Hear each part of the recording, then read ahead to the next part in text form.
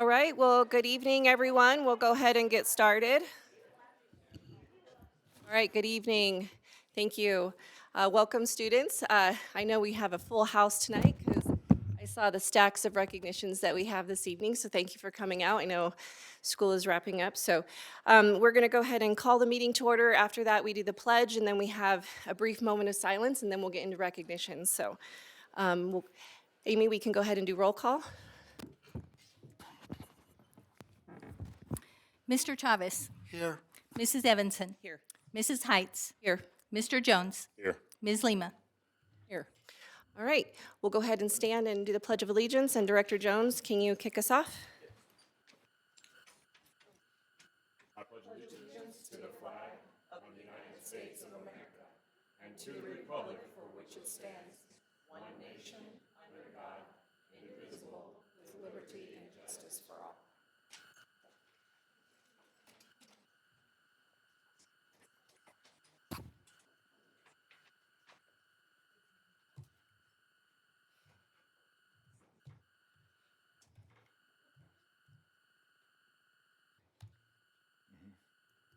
All righty, thank you very much. All right, do I have a motion to approve this evening's agenda? Motion to approve agenda. Second. Mr. Chavez. Approved. Mrs. Evanson. Yes. Mrs. Heights. Yes. Mr. Jones. Yes. Ms. Lima. Yes. All right, do I have a motion to approve the meeting minutes from April 1st, 2025, April 15th, 2025, April 18th, and April 21st, 2025? Motion to approve the minutes. Mr. Chavez. Approved. Mrs. Evanson. Yes. Mrs. Heights. Yes. Mr. Jones. Yes. Ms. Lima. Yes. Okay, up first we have our I Voted sticker contest winners, and Director Evanson is going to kick that off for us.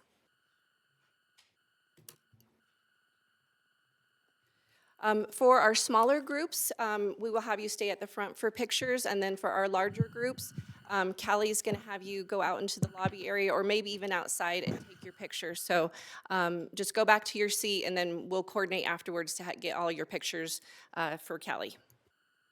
Could I have Will, Jessica Selby, Layla Lesjak, and Jacob Walden please join me at the front of the room?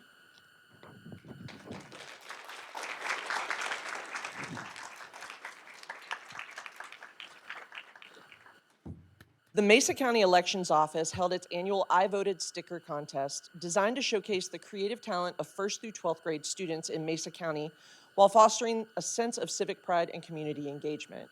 More than 150 students submitted their designs, and Mesa County elections judges had the tough job of narrowing it down to 16 finalists.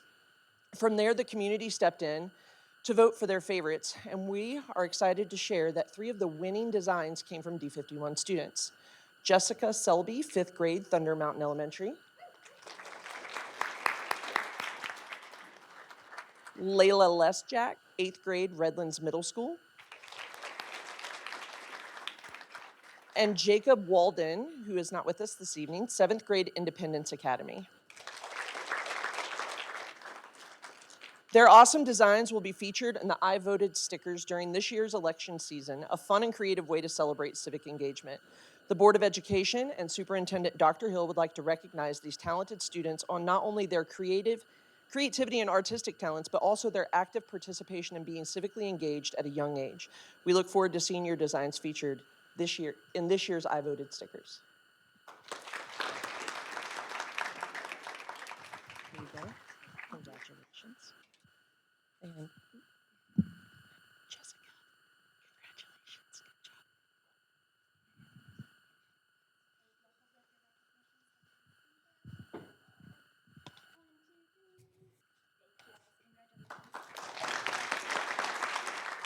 Thank you, guys. Now, if I could have Madeline Palomares, Carly Temple, Claire Miley, and Madeline Davis please join me at the front of the room.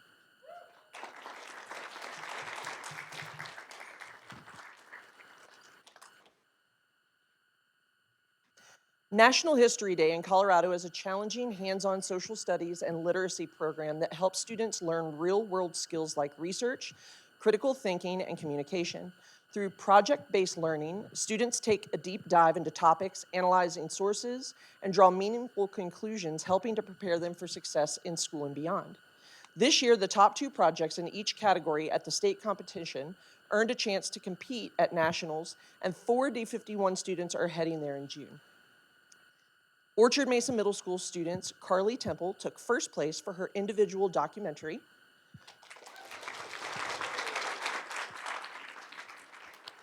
Claire Miley earned first for her individual website.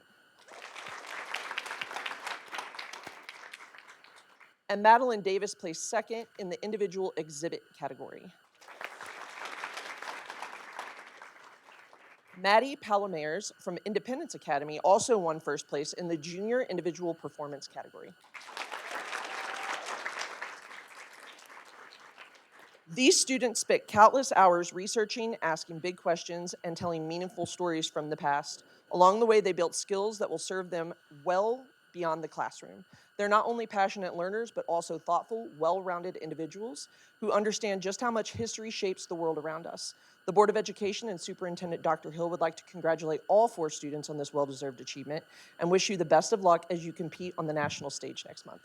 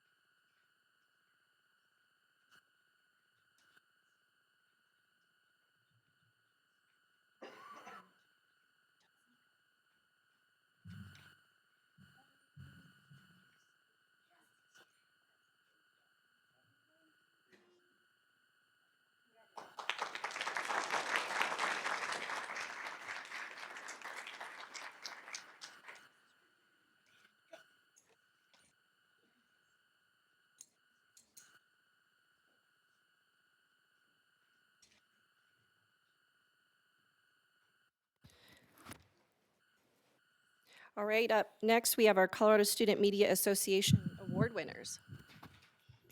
All right, will the students and advisors present from GJHS Orange and Black newspaper please join me at the front?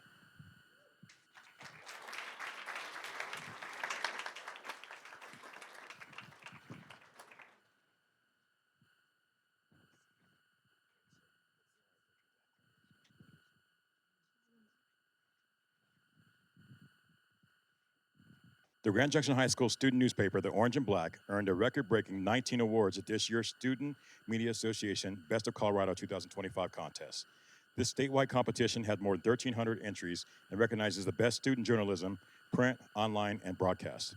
Now in its 107th year of publication, the Orange and Black is still going strong. This year's award includes 4 first-place wins and recognition in areas like breaking news, design, podcasting, photography, and reviews showing the wide range of talent and hard work from the student team. A huge part of this success is thanks to the leadership and senior editor-in-chief, Marie Calkins, along with co-managing editors, Serenity Schmidt and Lila Montram.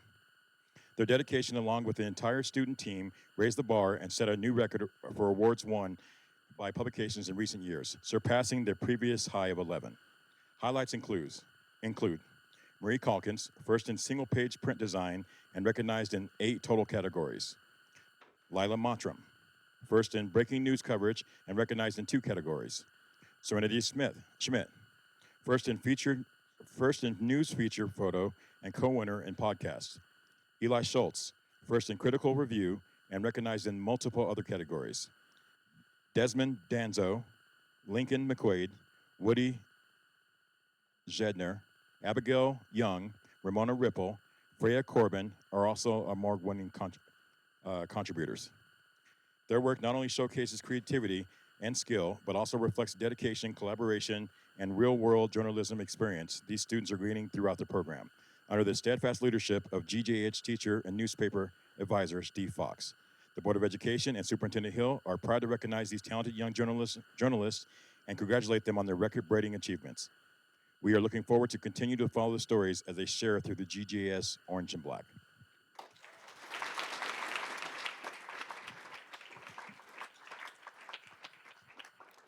Freya Corbin.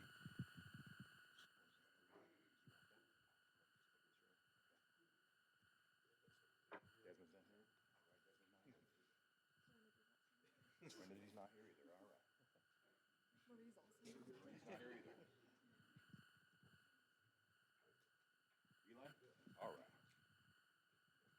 Lila, that's you. What's your name?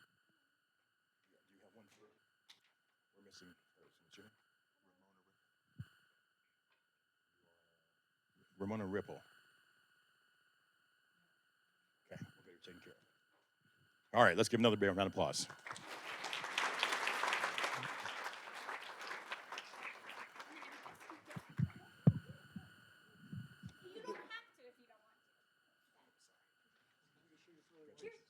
You're guiding and coaching them.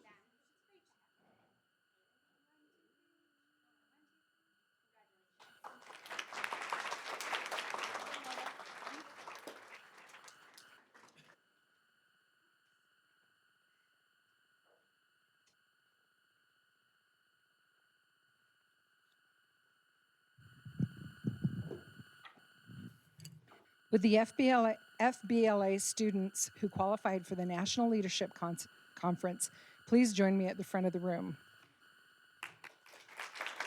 Can I have their advisors come up as well? Yeah.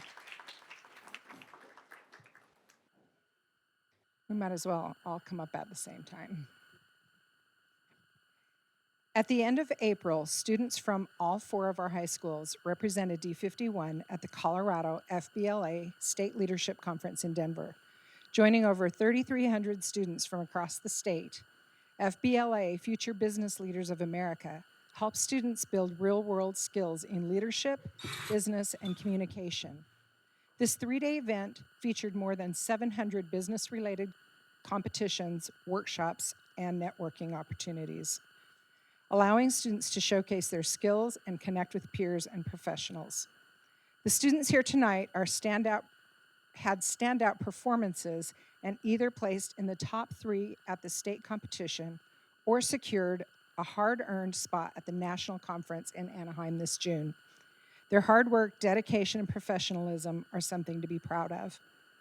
Alongside individual awards, Grand Junction, Palisade, and Central High Schools all earned the recognition of Gold Champion Chapter Awards, which honors local chapters for outstanding engagement and achievement throughout the year.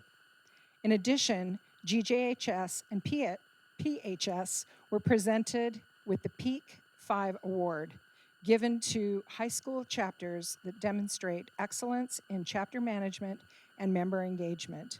These accomplishments reflect the commitment of our students and the individual support of their advisors. The Board of Education and Superintendent Dr. Hill congratulate these students on their outstanding achievements at the state level and wish them continued success at the national competition. From Grand Junction High School, Advisor Suzanne Dunlap.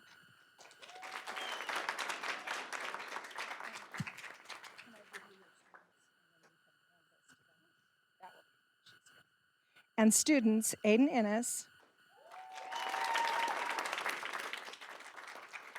Ben Garmany, Alex Kirsch, Jonathan De Jesus, John Asbell,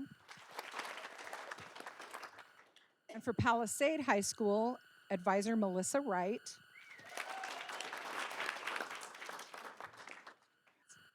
and students Alvina Nicodemus, Haley Shackelford, Ian Robinson, Leo Zhu, did I do that one right? Oh, yay. And Aspen Johnson. And from Central High School, Nicole, help me with the last name. Paniagua. That's right, that was close. That was not bad. And Travis McCarthy. Those 2 there. And students Ronan Norman and Michael Jones. Well done, everyone. You all are a big group, so I'm going to get you after recognitions outside, okay?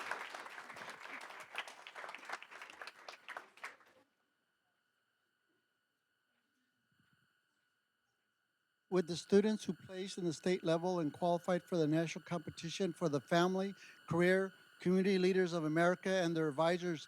Please join me in the front of the room.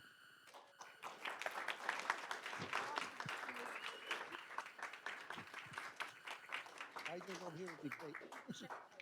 That way if I have trouble today, you can help me. Oh.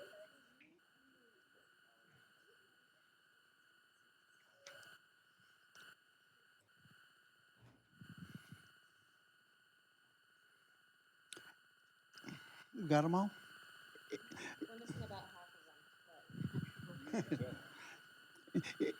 This April, these students competed in the state FCCLA competition. FCCLA, or Family, Career, and Community Leaders of America, is a student-led organization that focuses on family and consumer sciences, education, leadership development, community services. At the 2025 Colorado FCCLA State Leadership Conference, over 1,500 students from across the state participated in various competitive events, workshops, and leadership activities. District 51 was well represented with more than 40 students from Grand Junction, Palisade, Fruita, Monument High Schools attending the conference. These students showcased their skills in areas such as fashion, construction, public policy, advocacy, and more. Notably, 13 students from Palisade High School and 1 student from Grand Junction High School qualified for the National Leadership Conference in Florida this July. Palisade High School FCCLA chapter received the Golden Chapter of Merit Award, recognizing their excellence in chapter management, member engagement, and program involvement throughout the year. Additionally, Advisor Amanda Talley received the FCCLA Advisor of the Year Award. Yeah. Celebrating her outstanding leadership, dedication, and contributions to the success of her students and the Palisade FCCLA chapter. The Board of Education and Superintendent Dr. Hill congratulates all participating students and advisors for their dedication and achievement at the state level. Well done.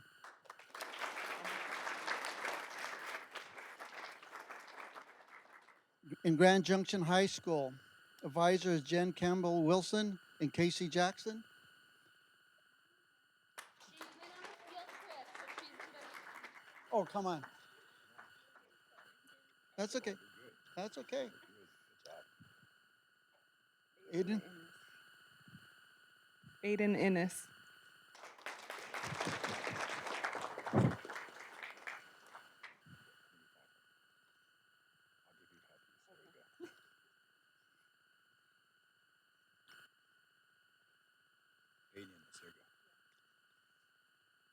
Then we have Alyssa Johnson.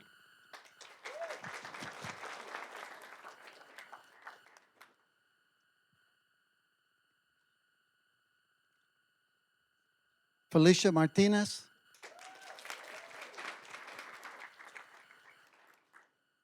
Peyton Brown.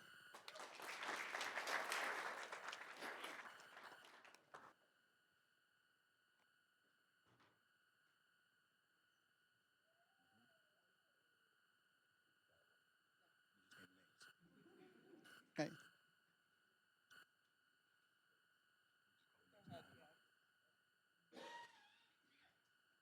Campbell Hotyard? Hotyard? Thank you. Cassidy, what's that last name? Posta, thank you. Candace Cadence? Sanislow. Palisade High School, advisors Amanda Talley. Advisor of the Year. Katarina Weber, Lauren Spriggs. We're gonna do a power clap. Do you guys know that? So after everyone, we're just gonna do a power clap.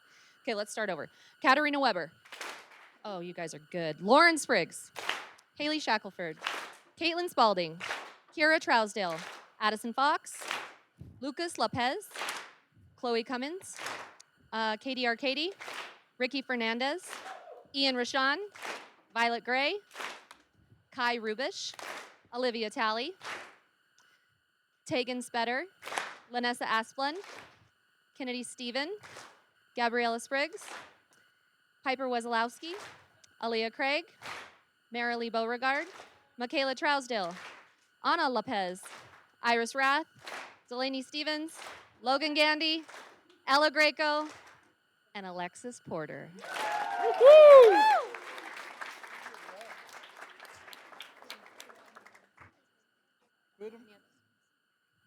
Freedom Monument High School, Advisor Kimberly Weber. You can help me say the names. Michael DeRoche? Okay. Okay. Gabriel DeRoche? Zoe? Smelser? Greta Martin? Madison? One more time. Redberg? Thank you. Between all of you, I'll get it right. Thank you all. Now give us time to pass it out.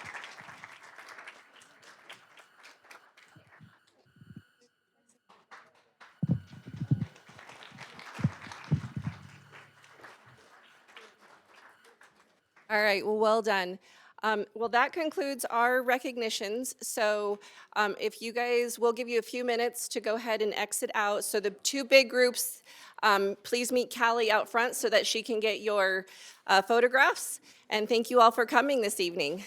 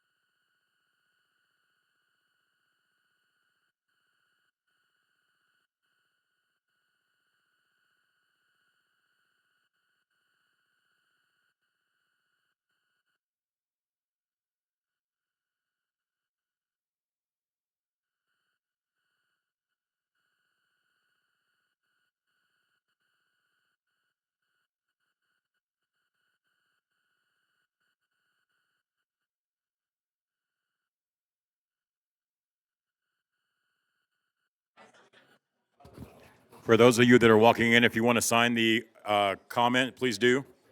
The comment sheet's over on the table over there, so if you want to sign the comment, the audience comment, please do.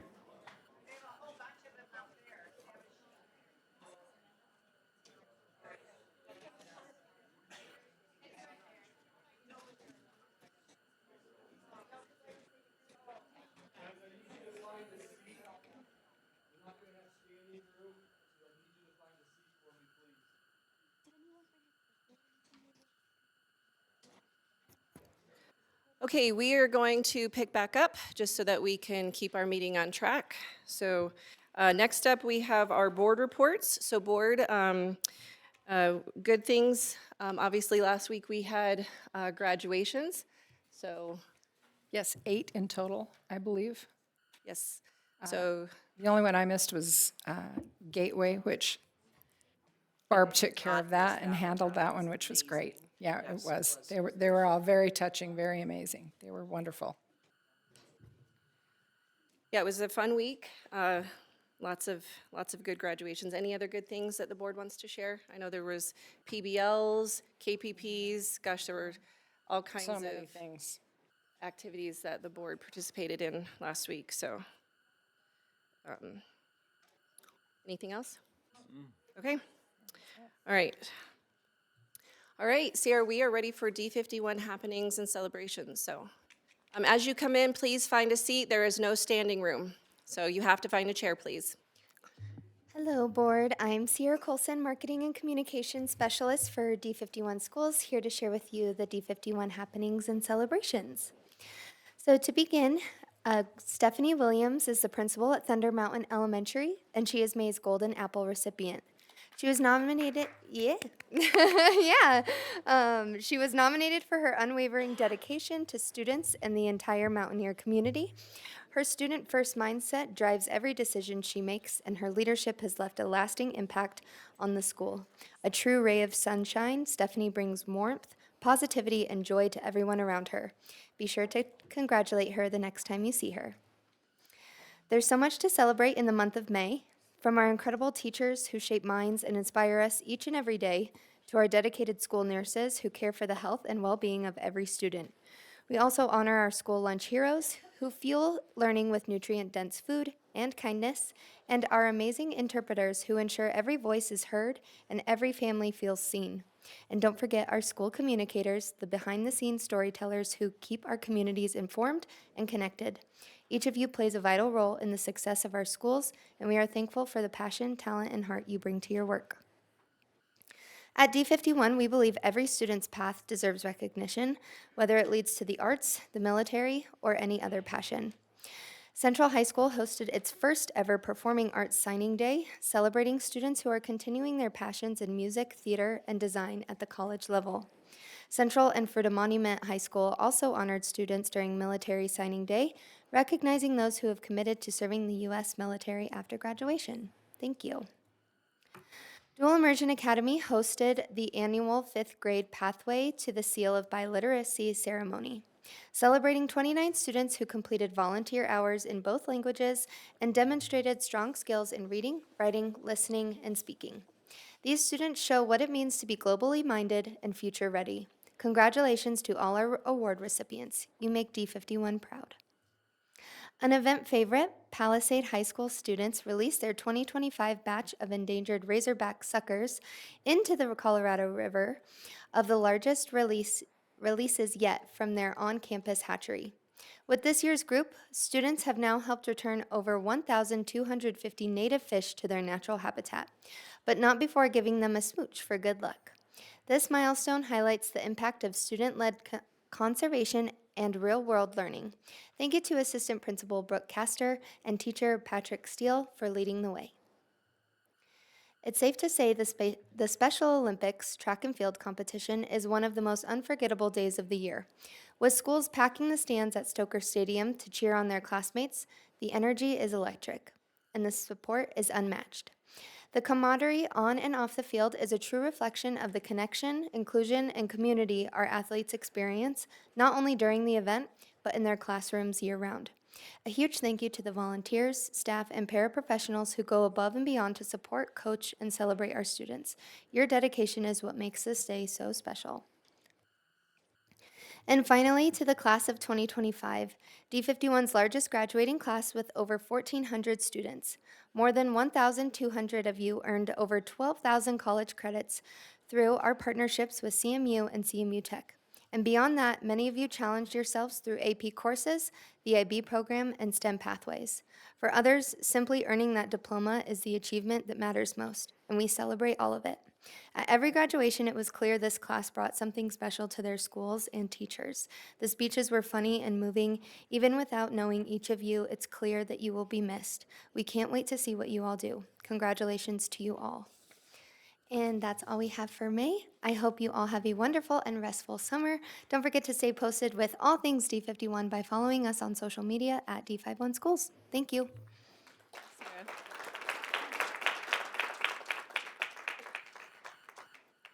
Thank you.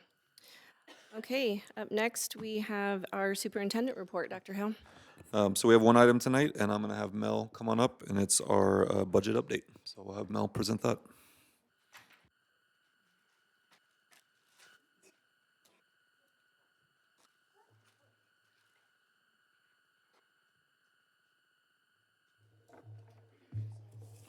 All right, good evening, Board. The presentation tonight is to update the board, staff, and community on the district's finances ahead of the preparation of the proposed budget. Budget is an ongoing cycle, as you know. The spring is spent monitoring revenue projections and planning for the next year. There are several statutory deadlines that also must be met around budget preparation and approvals. By May 31st, school districts must present publicly their proposed budget to the board. This is followed by 2 public hearings that are held in June. And then by June 30th, the board must approve the budget for the fiscal year beginning July 1st. Lastly, school districts can re-adopt budgets, as we typically do, by January 31st in order to provide a mid-year true-up following October's student count. The setting of school finance funding by the state is always a lengthy process and one of the last items to be approved in the legislative session. This year was a little bit unique in that concerns for next year's funding really ramped up in November with the governor's proposal. His proposal would have completely eliminated student count averaging, reducing funding in D51 next year by $9.5 million. This was in response to a very real financial pressures at the state level as they contended with a $1.2 billion deficit. Thankfully, the worst case scenario was avoided for next year thanks to lawmakers who rejected the governor's proposal and the elimination of student count averaging and insisted on beginning implementation of the new funding formula that was passed just last year. This wasn't without compromise, though. The implementation of the new funding formula was slowed from 6 to 7 years. Several hold harmless provisions that were key to districts supporting the new formula last year were removed. Additionally, changes to student count averaging are not going away. Next year, student count averaging will reduce to 4 years. The following year, 26-27, will reduce to 3 years or be replaced by a to-be-determined smoothing factor. All of this means less money going to schools than was promised last year at this time. The quote above from the Colorado Sun puts that figure at $16 million less than what was expected statewide.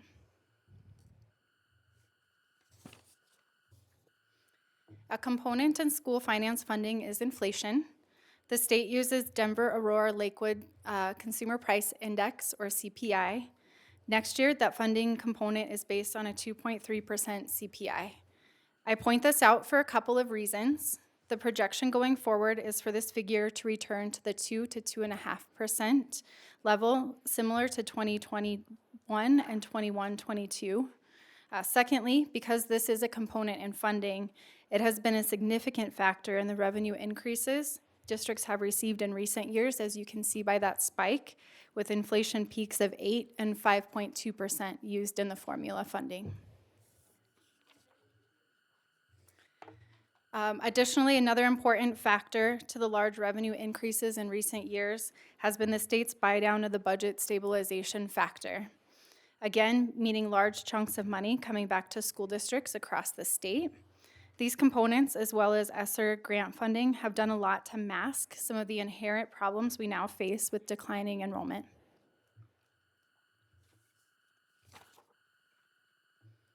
So putting all of this information into numbers, next year the district's PPR, per pupil revenue, rate will increase by about 4%, $429 per student. However, with projected enrollment declines of 483 students and the reduction of student count averaging from 5 years to 4 years, we are expecting funding for about 665 fewer student FTE. When you put these numbers together, that nets to just about $1 million increase, or 0.5% of increase. Some context, this same slide last year, at this time that we were presenting, had nearly $10 million in new revenue that we received.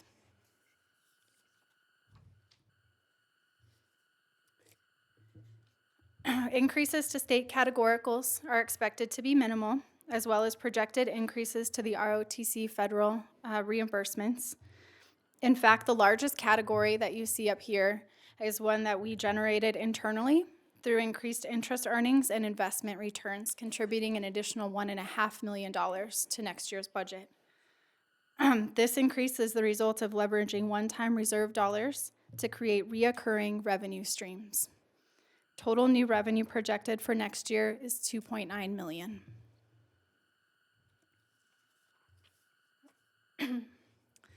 The district is making, efforts on many fronts to control costs. Of course, the largest of which is right-sizing staffing to reduce student counts through school closures and systemic staffing adjustments. $2.4 million will be saved from the elementary school closures, another $900,000 from other systemic staffing reductions, and over $400,000 from changes being made at Gateway. The district will also realize savings through the end of the train lease energy performance contract, which will be paid off in November. Additionally, as opportunities to restructure positions or utilize other funding sources become available, we're doing that as well. Reducing an instructional coach position and moving 3 mental health therapist positions to Medicaid grant funding.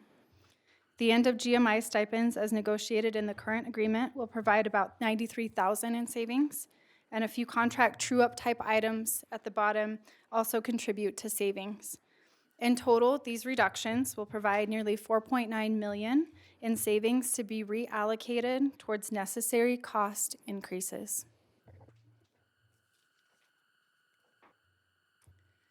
Another factor that's contributing to a particularly difficult funding year is that costs are increasing dramatically in health insurance and student transportation. The district remains committed to increasing their proportionate share of health insurance premiums for employees at a cost of $2.8 million next year for increases that will begin with open enrollment and December paychecks. This means that another $1.4 million will need to be added in the 26-27 school year in order to increase the budget for the months of July to November of the plan year. Our contract for student transportation also requires a large increase next year of $1.7 million. Future yearly increases in this new contract are expected to be around $500,000 to $600,000.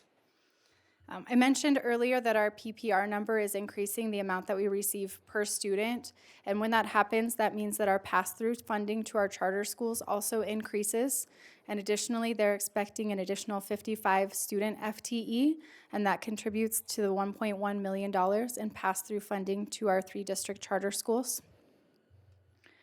The next 2 items are true up to current costs, replacing current salary and benefit budgets with actual current costs and pay assignments.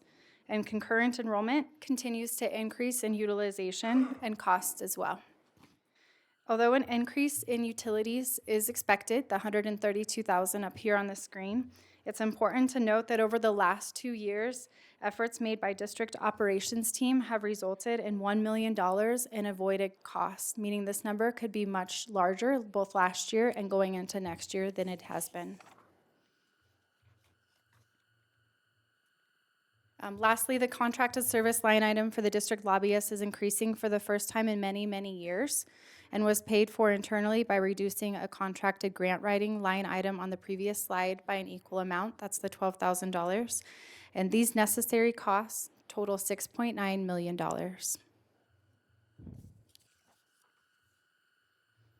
Just some additional information on the health insurance plan.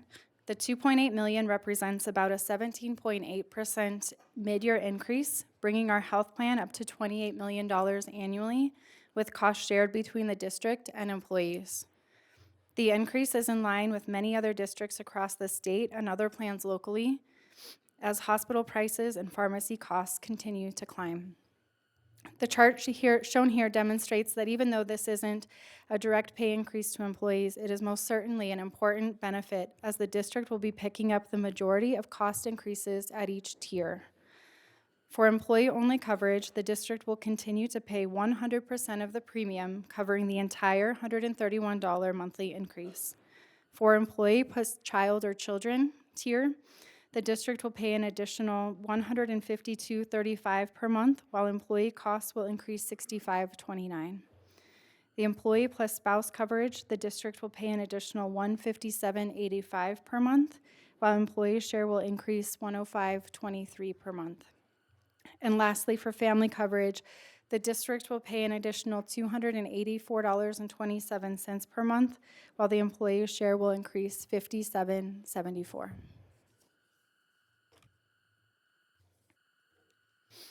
In light of the financial constraints we find ourselves in, there wasn't a budget request process this year. Instead, just a few items rose to the level of priority additions. The largest is the addition of the PYP at Taylor Elementary, directly supporting the strategic plan area of robust and aligned options and completing the IB pathway.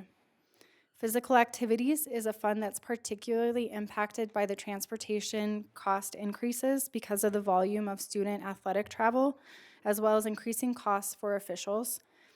The transfer will increase by $50,000 from the general fund into the physical activities fund, in lieu of needing to increase student fees. The Compensation Oversight Committee also continues to meet and review positions for market on an annual basis. The positions approved for market adjustment since January to be effective in the next school year total $57,000 in the areas of technology, comms, and tech parapros. Lastly, a small change in position at Career Center due to a vacancy. These additions total just $215,000.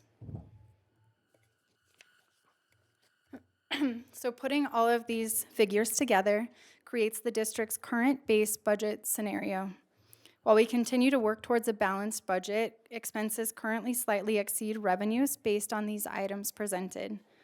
The current 24-25 budget includes a use of reserves of $810,000, an amount authorized as one time to be corrected through school closures, new revenues of $2.9 million, plus identified savings of $4.9 million help but don't quite offset increased costs of $7.1 million.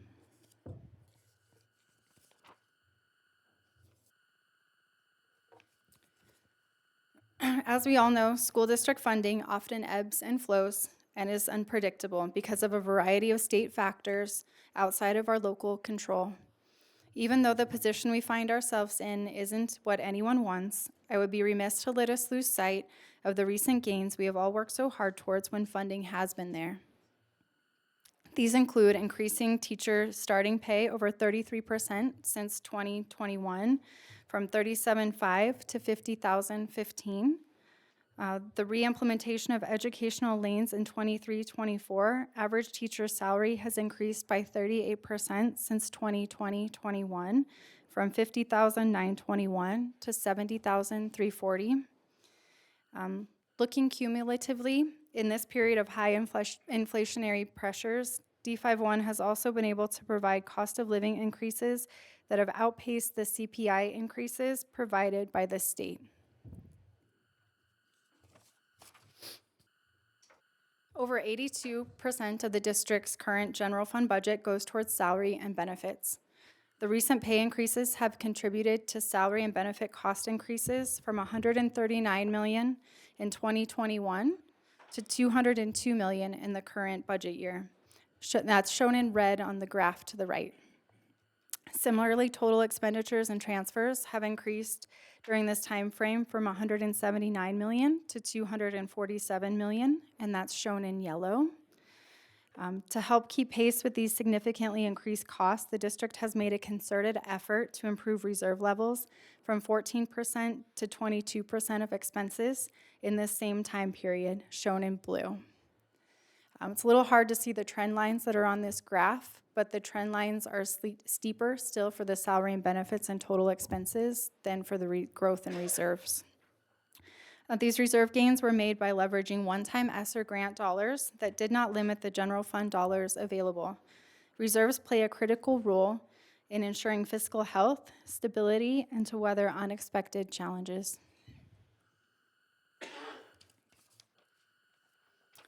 When we talk about reserves, it's important to realize where we've come from.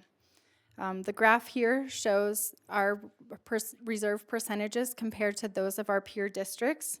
In fiscal year 2020, our reserves were less than half that in percentage to our next lowest peer district. Simply put, nobody was doing what we were doing. By 2023, we were able to improve these levels, again without sacrificing general fund dollars, but still ranked second from the lowest among our peer districts. In times of declining enrollment, we have been relatively proactive compared to many districts across the state and country who are just now contemplating the realities we have been dealing with. We would be in a much worse position had these recent cost-saving measures not already been taken. $1.6 million was saved from the closure of East Middle School, $2.1 million in savings from Fruita 8-9, $2.4 million now from with the elementary school closures, and $1.4 million now in central office reductions. These savings, though painful, now total over $7.5 million in avoided costs. Savings that have been reallocated over the years to provide pay increases and help cover other increased costs such as the health insurance and transportation cost pressures we faced this year. We remain committed to continuing to identify areas for budget savings. While we have long reviewed non-school-based administrator vacancies, an additional measure we'll be taking going forward is to review all non-school-based position vacancies before rehire as well. We still believe that the implementation of the new finance formula will improve funding levels in D51, but it will be over time. In the short term, the reductions to student count averaging will likely outpace any gains provided in the new finance formula during the long phased implementation. We have to consider the long term, as 26-27 will almost certainly be a tough year as well. With the reduction to just 3 years of student count averaging, the only hold harmless provision currently being proposed would revert funding levels back to 24-25, our current budget, meaning the $1 million gained for next year could very well be taken back in the following year, all while continuing to manage ongoing projected declines to enrollment. Outside of the general fund, there are several significant pressures and other funding sources as well. We believe that Title I allocations will be left intact for next year, and those allocations are expected soon. Other federal funds, such as Title II and Title III, are less certain, and allocations aren't expected for those funds until mid-June. Recent federal budget proposals have also signaled that funding for other programs may be reduced or eliminated going forward. The state's Healthy School Meals for All program is currently only funded through mid-year, pending approval by voters in November to increase taxes. The Universal Preschool program remains an underfunded program as well. It's important to know that the district currently supports nearly $33 million in salary and benefit costs from funding sources other than Fund 10. Reductions to any of these funding sources could impact Fund 10. With ESSER funding ended, Fund 10 is once again the district's only backstop to cover shortages in other funding sources. These are uncertain funding times for sure in a lot of areas, and we have been and will continue to do our best to manage the needs of and responsibilities to students, staff, and the community in ways that are sustainable for the long term. I'll close as I began with some reminders in regards to upcoming timelines. With negotiations with MVEA ongoing, we have delayed the formal presentation of the budget to May 27th to allow for the most complete budget possible to be presented. We are required by state statute to present a budget by May 31st. That presentation is followed by those 2 budget hearings held in June and a formal budget adoption taking place by June 30th. Do you all have any questions?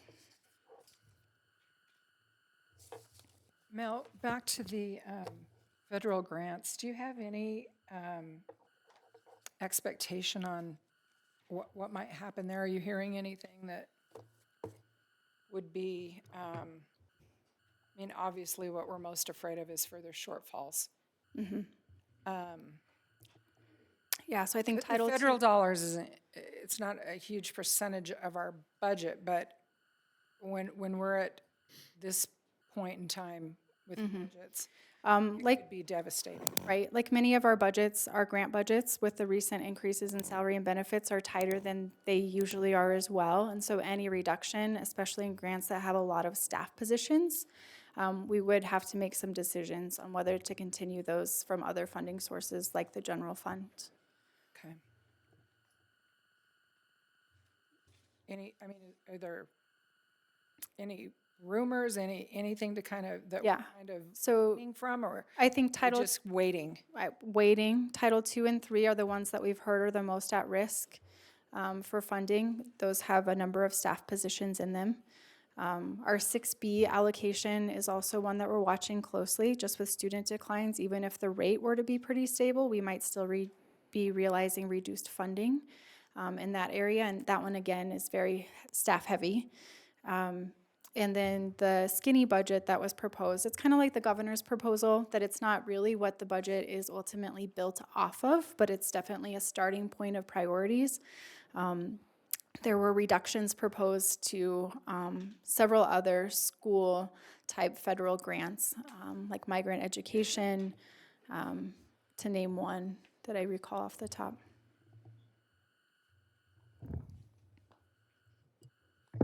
Looking at title monies, they're only funded by the feds, by the federal government, right? Correct. So no money's coming for state or within our budget. So if we lose the federal monies, then our title programs are gone. Yep. Yeah, and again, we feel pretty confident that Title I, that's the one that our schools benefit from, will be okay for next year. The schools have been building their budget in based on, I think it's a 10% decrease, a slight decrease that they were expecting, and so they've been making plans for that. And so as long as allocations come in relatively close to that, there shouldn't be an impact to our schools next year in their Title I budgets at least. So Mel, going back to insurance and the amount, do you have kind of a total of what, I think it was slide 11, the district's taking on a portion of that share, so we don't have to pass that whole share on to, our staff. What's kind of that total that the district's going to carry for that increase of insurance? Yeah, so that's the 2.8 million Okay. for next year. And next year, again, our fiscal year is different than our plan year, so it's a partial year increase. So it'll be 2.8 for the second half of 25-26, but then that following year, we'll need to be mindful to include additional 1.4 million. So in total, it's $4.2 million increase between those two pieces. What we've learned from the past, right, is that every year we need to be increasing our premiums and district share of health insurance in order to keep up with costs. This year just happened to be a larger increase than we've been able to, or than we've needed in recent years. Well, I know mine went up 30%, like 39%. yeah, my so. so my own. Yeah, own I'm glad not to be there. Yeah. So. Yeah, 17.8 we realize is a steep increase. I think that one of the Priorities of the district is always to maintain employee-only coverage paid at 100%. We know that's invaluable when it comes to recruiting and retention of all positions across our district. And then the family tier, also just being really mindful of that total cost and trying to keep that down as much as possible for families. Yeah, that employee plus family, the district share is rather robust, what the district covers, which is nice for the employee plus the family. So, Yeah. okay, so 4.2 total. Okay, so with us getting 10 million in new funds last year, and us just getting what, 1,084,000 this year in new funds, and next year not being terribly optimistic that we'll even get 1 million. What projections, I mean, you've been in the district a long time, obviously seeing a lot of different fluctuations, and anticipating that we might go to a 3-year funding average. How have you seen this squared up before? Obviously, the reserves help us with a softer landing in the event the state pulls some, I mean, if next year is a harder spot than we're in. So Right. I guess for for the board and the community to kind of understand, again, we don't know what next year will bring, but just to try to anticipate, what the state is doing, because the majority of our dollars come from the state. And so that is how we're funded. I mean, unlike the county and the city, we don't get sales tax, we don't get other sources of revenue. So Right. we rely heavily on the state. I think if I'm thinking back to the way back, right, this one feels a little bit different just because we're not in the midst of a recession like we were in 2008, 2010. Like those are really hard years, and that's when that budget stabilization graph, all those reductions began because of state shortfalls. I think back to that time, being in a different role. I was in payroll at the time, and so certainly people's pay was impacted, and that was really hard. We riffed positions during that time. We had up to 5 furlough days during that time. I mean, that was a very difficult time, and the way that we finally got all of those furlough days back was by passing a mill levy override in 2017. It was literally that many years that pay was impacted because of the recession.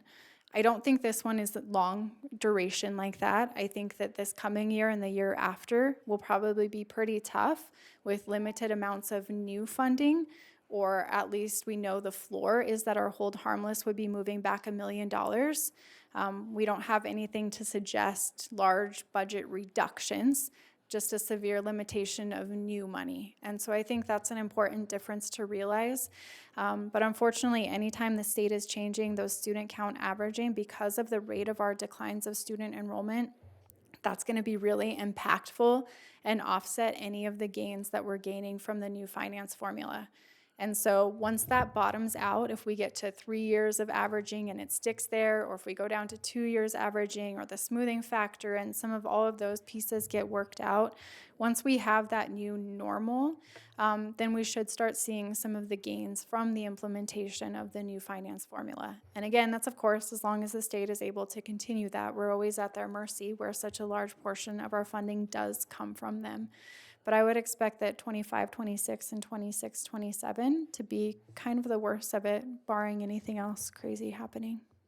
Do you think that with continued inflation, though, because like you said, our busing contract is increasing, food costs are increasing, like we're still seeing the increase, just like, all of us with our home budgets, we're seeing increase, the district's seeing increase.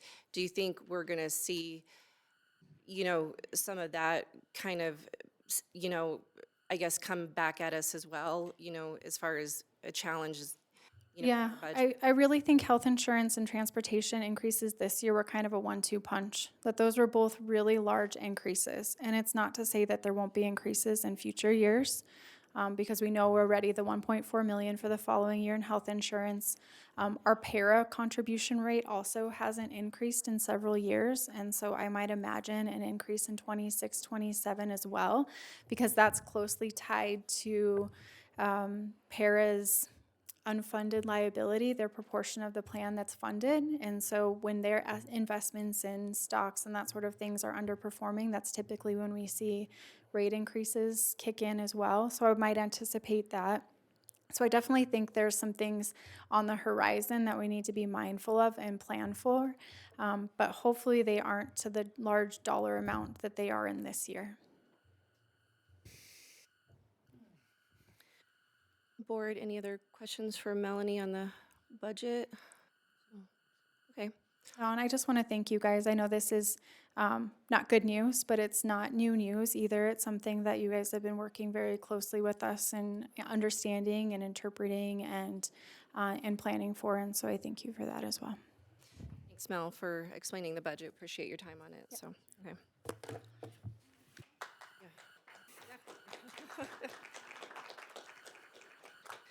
Yes, thank you. It takes her a lot of time to put that together. So, all right. So next up, we have audience comments. How many do we have? 40 something. 40, okay. So we will, so Director Jones will call the first person and then the person on deck, just so that we're ready and we try to make this as expeditious as possible. You have 3 minutes to speak. There's a light here to my left, so that'll go red, yellow, green, or excuse me, green, yellow, red. And there's also a tone.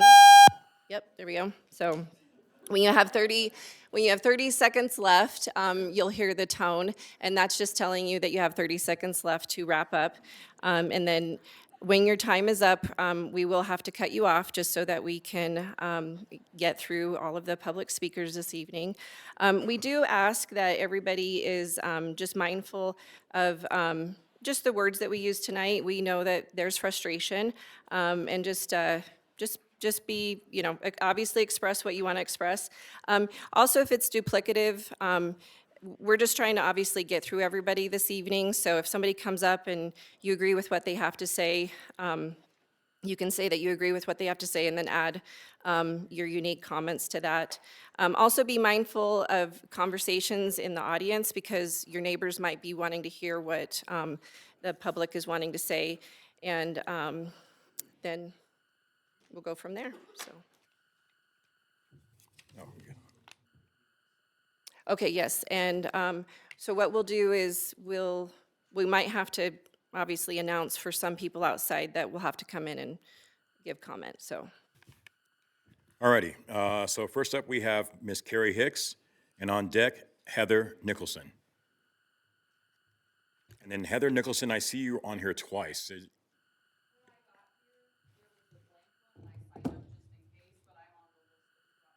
I got you. All right, thank you.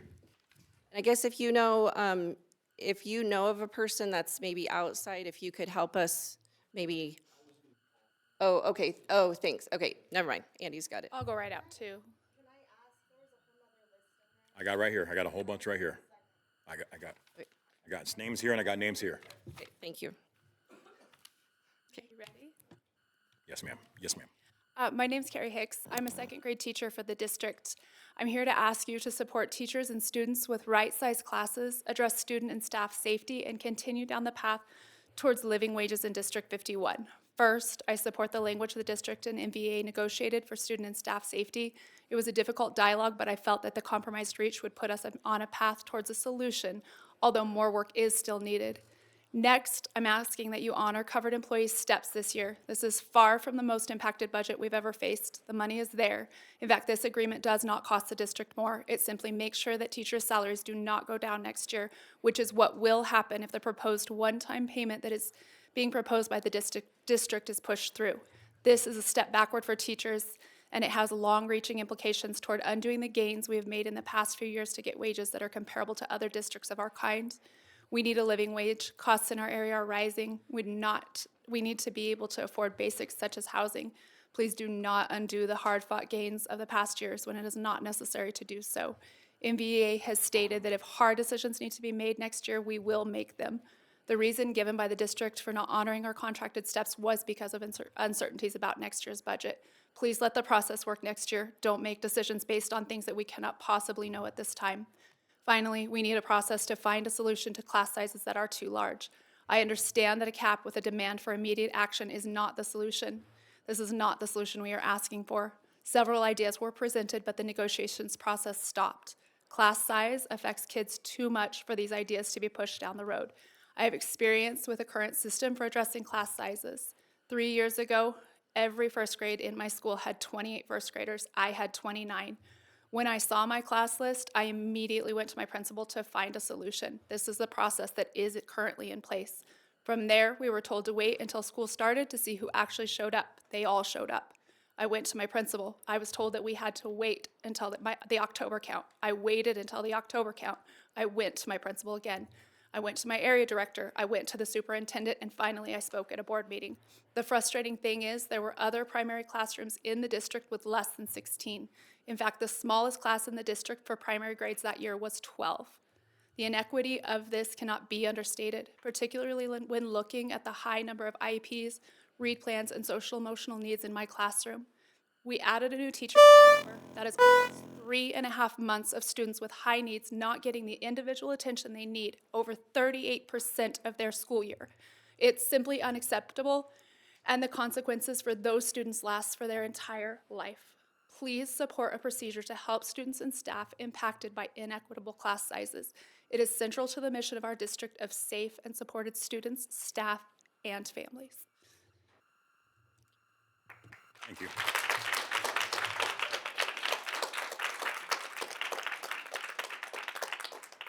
Okay, up next we have Heather Nicholson, and on deck, Sabrina Jackman.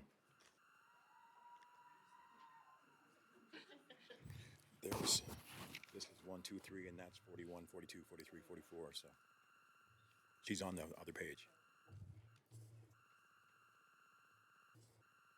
I'm sorry, go ahead.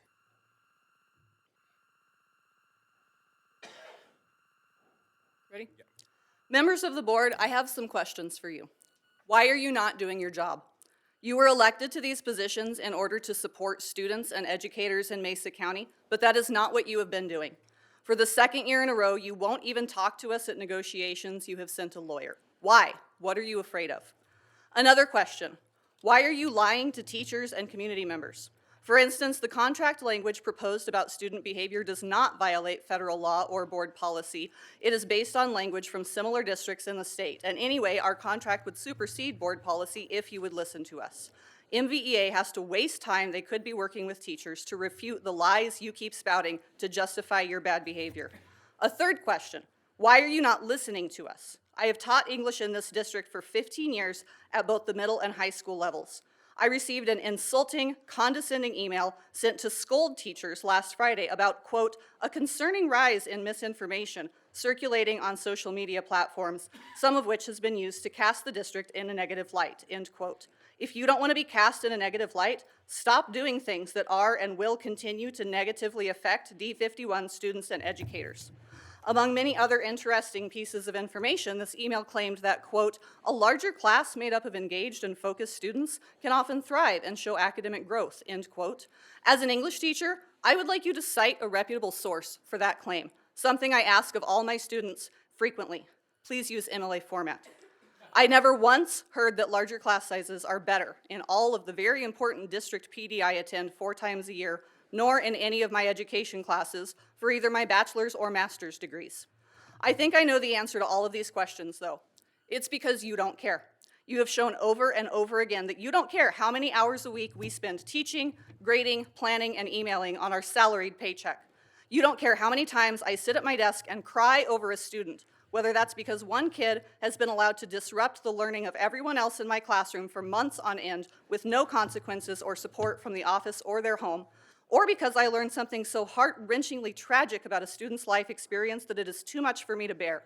You don't care how much of my own money I spend on classroom supplies or how well aligned the rubrics I write are. But just know that when your terms on this board are up, hopefully soon, we teachers will still be in our classrooms, doing what's best for students.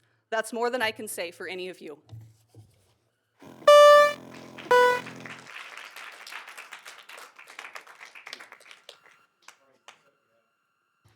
Next up, we have Sabrina Jackman, and on deck, Kim Leonard.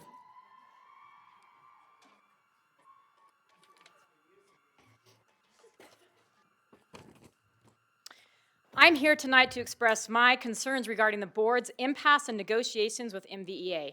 It appears that the Board of Education has, in many respects, failed to genuinely listen to the educators in this district. We are professionals in the classroom each day, and our voices deserve to be heard, respected, and considered in the decisions that directly affect our students and our work. Student and staff safety must be a high priority. Nothing else in the classroom can function without it. In my decade of experience, I have never witnessed the severity of behavioral issues and safety concerns that I have this year. MVEA has communicated this concern clearly and consistently, yet the board proposed a solution. A committee to work on the issue is inadequate. We don't need long-term planning, we need immediate action. Class size is another critical issue. Many of the board's recent statements show a lack of connection to what happens in our classrooms. I've taught in rooms with as few as 5 students and as many as nearly 40. Smaller class sizes are not a luxury. They're a necessity for meaningful student-teacher relationships, peer support, closing academic gaps, and minimizing behavioral disruptions. The board's claim that enrollment slightly exceeding the cap would trigger hiring or expansion is inconsistent with previous actions. In the past 2 years, the district has spent significant resources analyzing declining enrollment and used that data to justify closing numerous schools. If the district can make those large-scale decisions, then it should also be able to manage classroom sizes more effectively with the same data. Now let's talk about compensation. With 10 years of experience, a master's degree, additional qualifications, I should not be struggling to make ends meet for my family. According to a recent NEA study, Colorado ranks 20th in teacher pay, with the average salary around $68,000, less than what's needed to sustain a family of 4 in a state that ranks as the 13th most expensive to live in. On average, educators make 36% less than professionals with similar education levels. The board says it must balance what is desirable versus what is affordable and sustainable, but what is desirable for the district is not sustainable for your teachers. We're being asked to survive on stagnant wages and a one-time appeasement payment while costs continue to rise. Educators like myself show up every single day and do our absolute best for kids. But we should not be expected to shoulder the financial burdens of the district or the state. We are not volunteers. We are skilled professionals. It's time to stop asking teachers to sacrifice more for the kids while failing to support us in return. Finally, while I'm here tonight, I want to remind the board of one thing. Your educators show up. We show up tired, sick, grieving, physical pain. We show up after being verbally and physically attacked. The very least this board can do is to do the same during negotiations. It's time for you to teacher up and show up.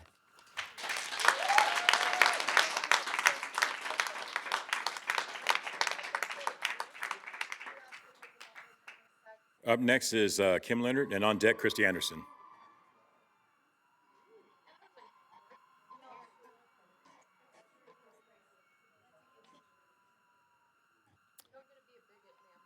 All right, guys, if we could be respectful to one another, that's the whole point here. So if could we just chill out? When you have your opportunity to speak, you'll have your opportunity to speak. Please stop. Thank you. Hello, I'm Kim Leonard, a District 51 school psychologist preparing to retire in 11 days. I want to speak with you about the request by MVEA for a stipend for in-person district employed psychologists. This issue will be part of the mediation process. School psychologists are highly educated and trained, as are other District 51 special service providers, such as speech and language pathologists, occupational therapists, and physical therapists. The role of the school psychologist is very diverse and ranges from conducting educational assessments for special education eligibility to providing crisis intervention and direct mental health services to acting as the special education designee in the buildings. The school psychologist is often addressing legal and ethical issues as well as responding to inquiries and grievances from parents. We often stop many issues that never reach the coordinator or the director's desk. The school psychologists have always been on a separate pay scale, even when joining MVEA. When the district moved to Steps and Lanes, the psychologists were also placed on the same Steps and Lanes platform. This has suppressed the school psychologist salaries as compared to other SSPs. The difference in the daily rate between psychs and the other SSPs ranges from $17 a day to $25 a day. This amounts to thousands of dollars over the course of a school year. Add also that the school psychologists work an additional 9 days and still make less money. It is difficult to imagine that the district was not aware that psychologists would be disproportionately and negatively impacted when moving them onto the Steps and Lanes platform. MVEA is requesting that the school psychologist be put on a separate salary schedule with salaries on parity with the speech and language pathologists. This would reflect similar compensation for education and licensure requirements, as well as offer competitive pay to attract and retain professionals. The stipend is to support the in-person district-hired school psychologists for the 25-26 school year. I also want to take time to point out that recently a school district publication said in part, it is essential to reject any narrative that pits one group of staff against another. This is a blatant lie. For example, one of the first proposals made by HR included a 1% raise across the board for all employees. However, in order to raise the psych salaries commensurate with other SSPs, teachers would only receive a 0.88% raise. This was a direct attempt by the school district to pit school psychologists against the teachers. MVEA responded with a no thank you, as the intent is not to create division amongst the employees of District 51, but to ensure fair and equitable practices are employed. Thank you for your time serving our community and attending to this matter. Please feel free to reach out to me if I can provide any additional information. Thank you.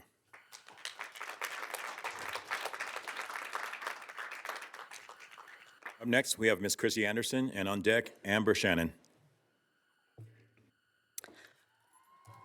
Teachers recognize and appreciate the thoughtful and courageous leadership this board has demonstrated. Authentic leadership means doing the hard work even when it's uncomfortable.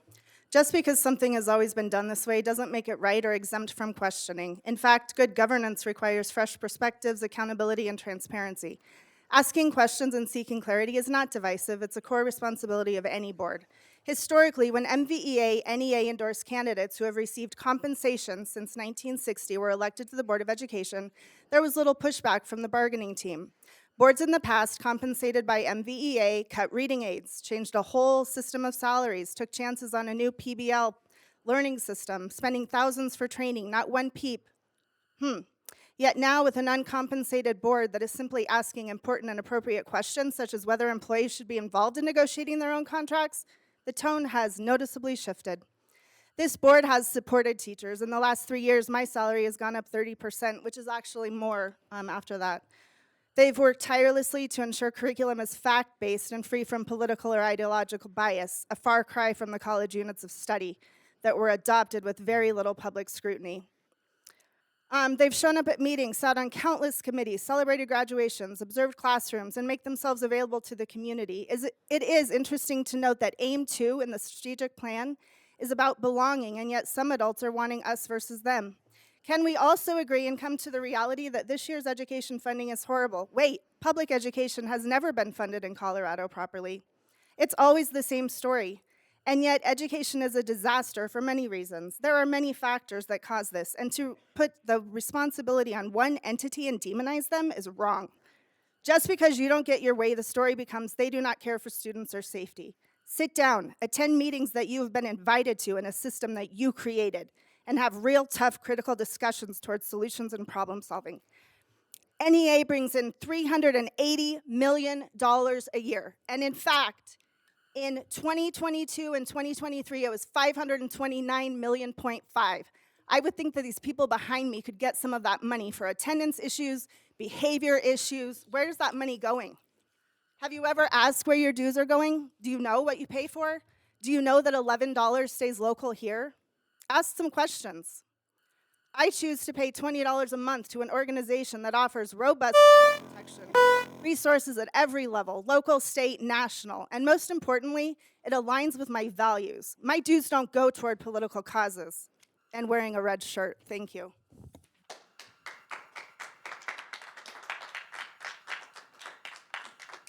Alrighty, up next we have Amber Shannon, and on deck, Casey Cole.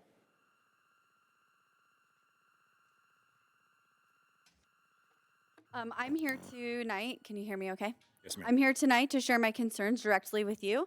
Concerns that I believe deserve your full attention, not just in passing, but through real engagement and action.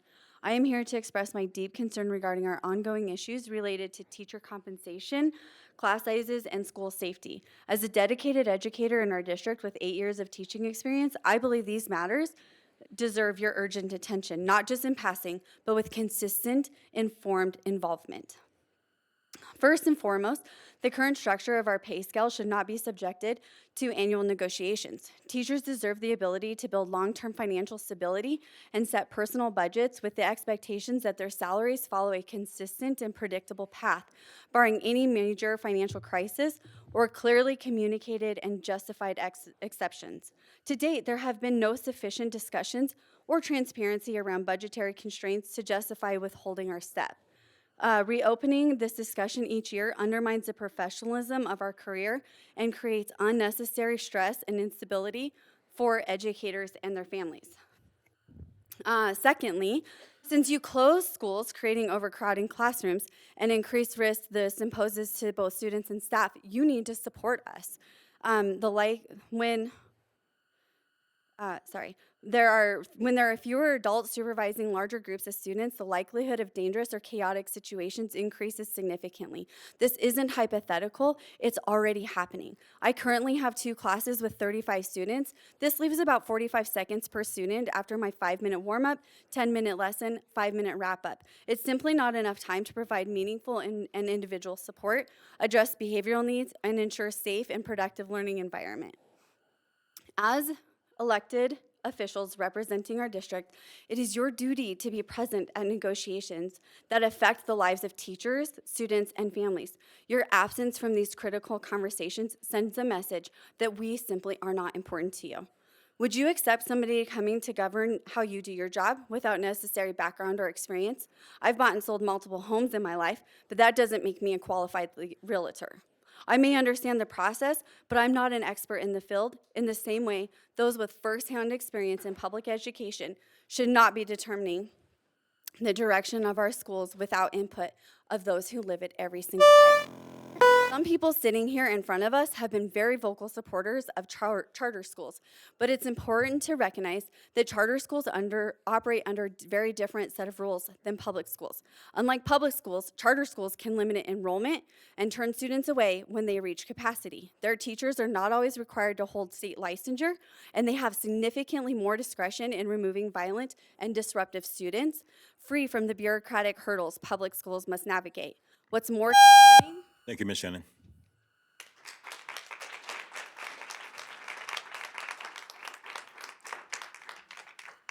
Now we have Ms. Casey Cole, and on deck, Sean Henry. Ready? All right. Good evening. Thank you all for being here today. I come here today as a community member voicing her perspective on the events that have unfolded recently. I have a unique filter to process the past few weeks since I'm both a former teacher and I have attended and worked on numerous negotiations in the past.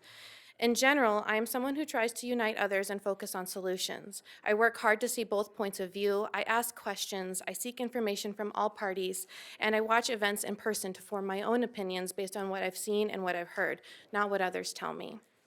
After all my asking, listening, and watching, it's clear that the district and board were expecting to follow a long-standing tradition to form committees.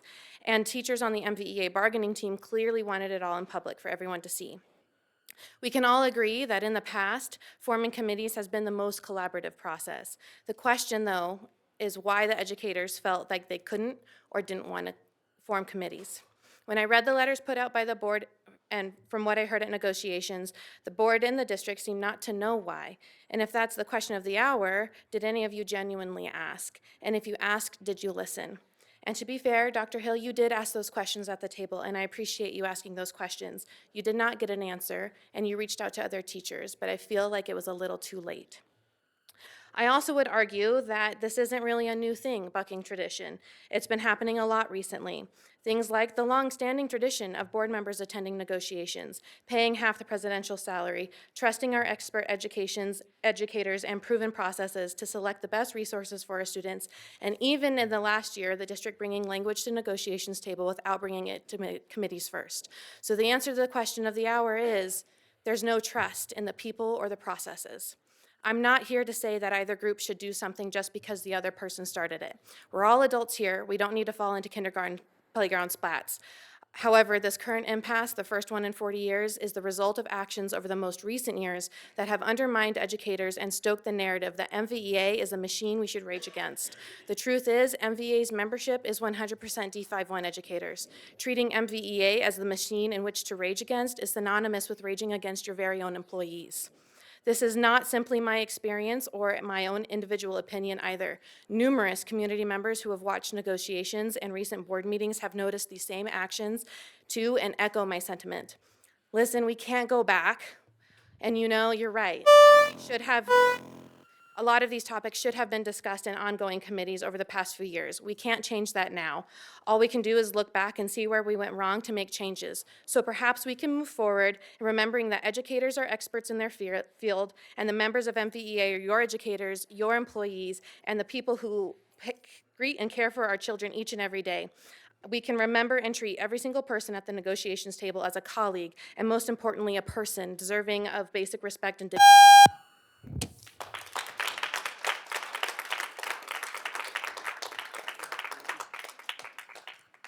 Alrighty, up now we have Sean Henry, and on deck we have Ira, is it Kreisman? Hello, my name is Sean, and I'm a teacher in D51. I am upset and concerned with the state of negotiations and the board's lack of participation in that event. There is an imbalance with problem solving from the board to the teachers. The master agreement is the foundation of our working relationship between the school board and the teachers of this community. What I saw at negotiations this year was a group of teachers trying to problem solve and the district representatives largely just saying no. Not problem solving, not suggesting a compromise, just saying no. That's an embarrassment to us as a community, teachers and you. This situation was made worse because you weren't there. It sends a clear message that says you don't care or want to communicate or work with the teachers of the Grand Valley, but rather tell us how we're gonna be treated, the conditions that we're gonna work under in a unilateral decision, and that feels awful. I don't always agree with the representatives, the academic officer, the head of HR, always with MVEA representative, even the superintendent, but at the very least, they were there, and that makes a difference. Any group of kids in school would earn a failing grade if their work was as one-sided as this negotiation was. There have been and remain opportunities for compromise from school board representatives regarding negotiations, and they should make greater effort to find middle ground. The community and I believe what we see. What we see are options being proposed by teachers and school board representatives largely saying no without proposing a compromise. What we see is school board representatives not working with teachers at negotiations and school board members unwilling to work together at all because they're not there. I can't think of any situation professionally where leadership who needs to be there to make decisions doesn't participate. That's a bad feeling. This community needs leaders who will do better and who will work together and who show up. Please do that.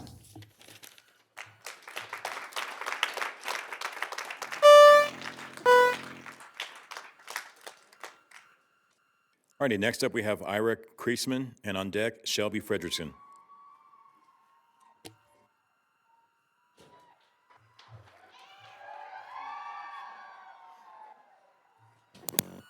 All right, good evening. My name is Ira. I am an MVEA member, and this is my 15th year working with School District 51.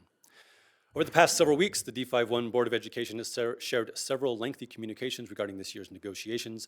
These letters have been sent after 5 p.m. on Friday evenings, a time unlikely to support productive conversations.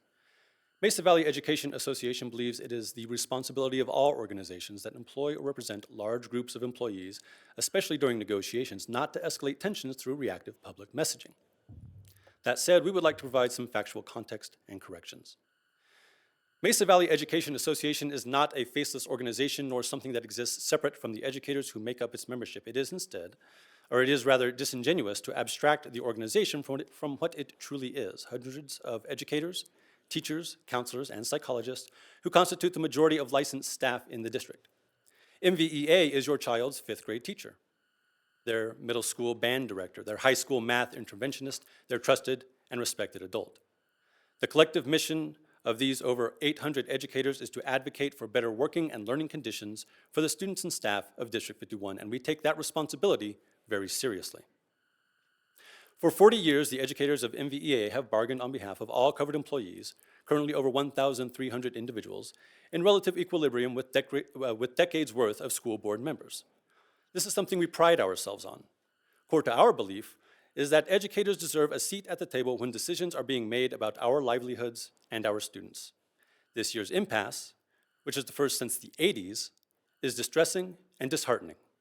Problems of this nature did not arise with our previous Board of Education, nor the one before that, nor the one before that. Mesa Valley Education Association and the members that make up the organization have not substantively changed in that time, but this Board of Education has. This year's impasse, the first in decades, reflects a dramatic change not in us, but in how this board has chosen to operate. Thank you for your time.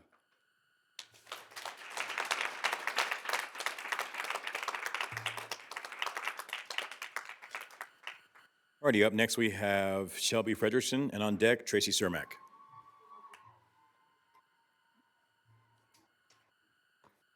To continue from that, the starkest change to this process has been the withdrawal of members of the Board of Education from the negotiations table.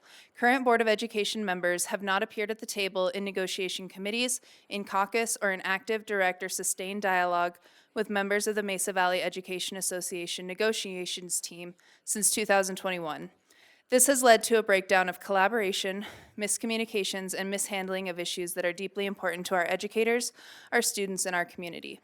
Communication from the current Board of Education regarding this year's negotiations appears to speak with authority from firsthand knowledge of events. This is far from the truth. When you remove yourself from the process, it's hard to speak with authority about a process you haven't participated in. Much of the Board of Education's justification for being absent from the table centers on leaving negotiations to the negotiations experts. Members in the Mesa Valley Education Association are not full-time career negotiators. They are educators in your students' classrooms who have given up hundreds of hours of their personal time to interview hundreds of colleagues and to analyze hundreds of contracts, state statutes, and academic studies. They have crafted language that is rooted in lived experience and the expressed needs of those who serve the district most directly. There are many late nights, early mornings, and weekends away from spouses, children, and loved ones involved in this process. In return, the Board of Education has refused to even be in the room to witness the proceedings themselves, have honest dialogue with the team, and understand alternative perspectives. The Board of Education and district staff have not worked in good faith this past year to resolve issues at the lowest level and honor the voice and expertise of educators. Grievance timelines have been ignored, employees have been placed on leave without their contractual right to have the association notified and request their representation at the meeting. Displaced teachers have been denied their right to priority hiring. The recommendations of curriculum committees have been rejected. None of these issues should be about union versus non-union. These issues are about educator voice, what's best for employees and students, and what's been agreed upon in a legally binding agreement that the Board of Education entered into. Thank you.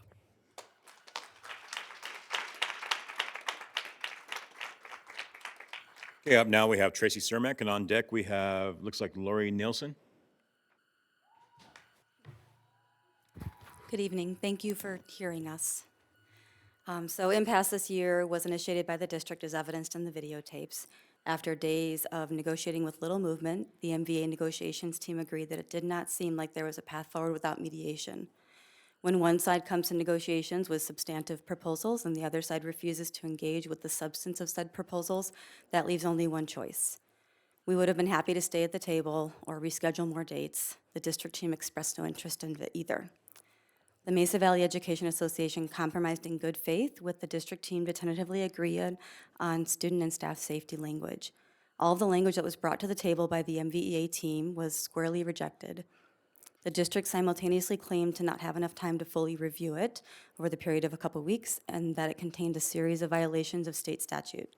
This is contrary to legal advice from multiple Colorado Education Association lawyers and is difficult to reconcile with the fact that much of the language came from current union contracts around the state. and even existing D51 board policy. The D51 attorney specifically singled out Section 4 of our student and staff safety language that was proposed as containing legal violations. The language is as such. The principal or their designee shall provide, subject to availability and legal privilege, information concerning any student whose history includes the commission of violent, dangerous, harassing, or intimidating acts to covered employees who have direct contact with and/or supervisory responsibilities for such students. The sharing of information shall be for the purpose of providing a safe environment for staff and students. Information provided shall be treated confidentially by all those receiving such information in accordance with FERPA. So there was an intentional language in this section to include like state and federal statutes. Thank you.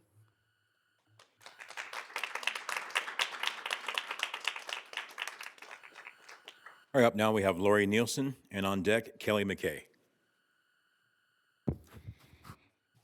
After the D51 attorney threatened to call an impasse on the first night of negotiations in a sidebar, the district canceled the full-day negotiation session planned for the next day, April 26th, from 8 a.m. to 5 p.m.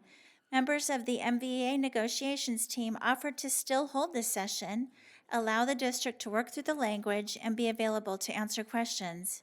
This offer was turned down.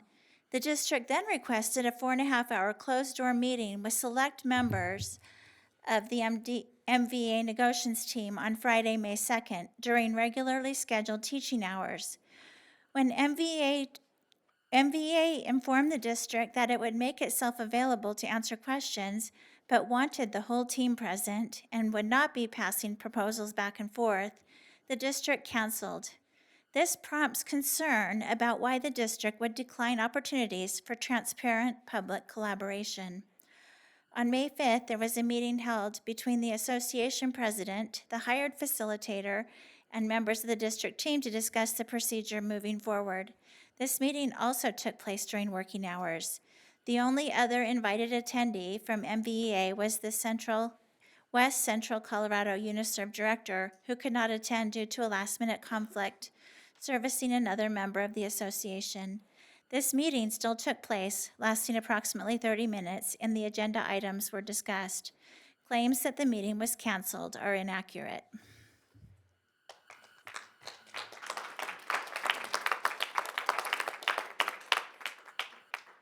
Up now we have Kelly McKay, and on deck, Mo McDougall.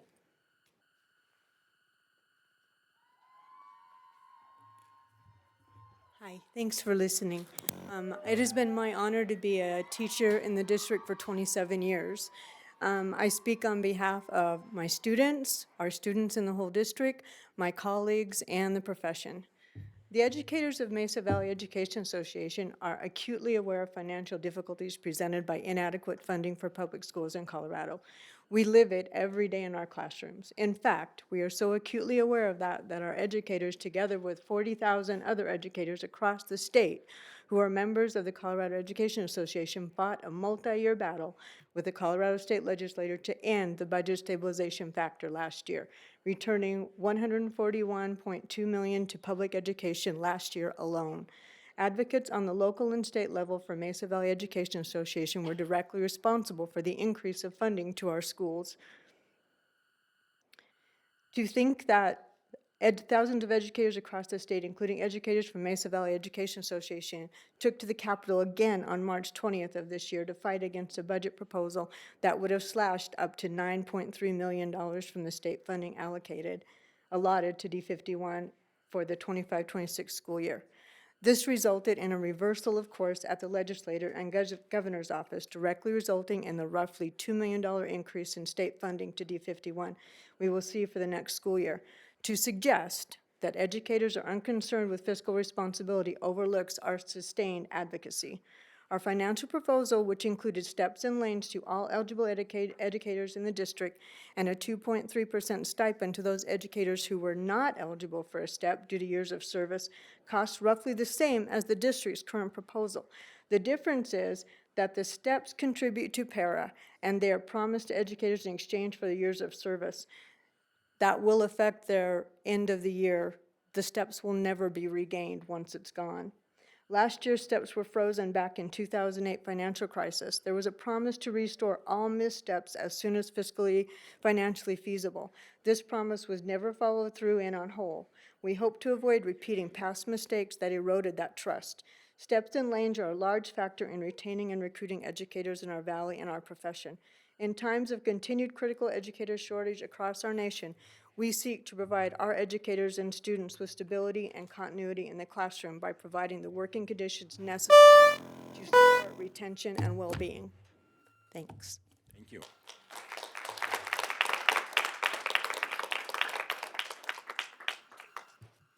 All right, up now we have Mo McDougall, and on deck, Amy Sue Javernick. Hi, my name's Mo McDougall, and I've been a teacher in D51 for 20 years. And I'm going to continue on what everyone else has been saying. Our financial proposal concerning critical needs stipends to retain and recruit school psychologists we do have is based on urgent need. Less than half of the school psychologists currently working in district are directly employees. The majority are contracted out, a third-party company, and many work remotely from across the country. These contracts cost the district more than the average in-person psychologist salary. Not only does this create logistical challenges to serving students and staying in compliance with many state and federal laws that school psychologists deal with on a daily basis, it signals a need the district should be eager to fix. Our proposed solution is a stipend to ensure non-contracted student psychologists remain competitive with the market and other special service providers in the school district in order to recruit more applicants and retain the in-person psychologists we do have. The cost of our proposal is roughly the equivalent of one FTE, or $100,000. Finally, the district has accused us of pitting employee groups against one another by discussing administrative salaries. The reality is the district has created the conditions in which employee groups are pitted against each other by tying the salary adjustment of all employee groups to the bargaining work Mesa County Valley Education does on behalf of teachers, counselors, and psychologists. Tying all raises to our bargaining process necessitates that discussions be had about what it means to a first-year teacher making $50,000 to get a 5% raise versus what it means to an administrator making $150,000 plus. When the district costs out of the price of a step during negotiations, they price out the total cost for all employees, not just those that are bargaining with. Then they tell us that it's not financially feasible. It was pointed out, and it was claimed by an MVEA member at negotiations that spending central administration constitutes 43% of the spending. We admit it was inaccurate. According to D51 Budget's audit analysis, spending on administrators not at the school level has risen 29% from 2019 to 2024. At the same time, spending on educators has only risen 19%.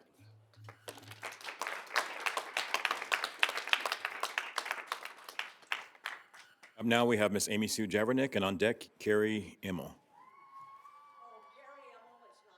Okay, thank you, ma'am. And so after her will be Thomas Archer. Acker, I apologize.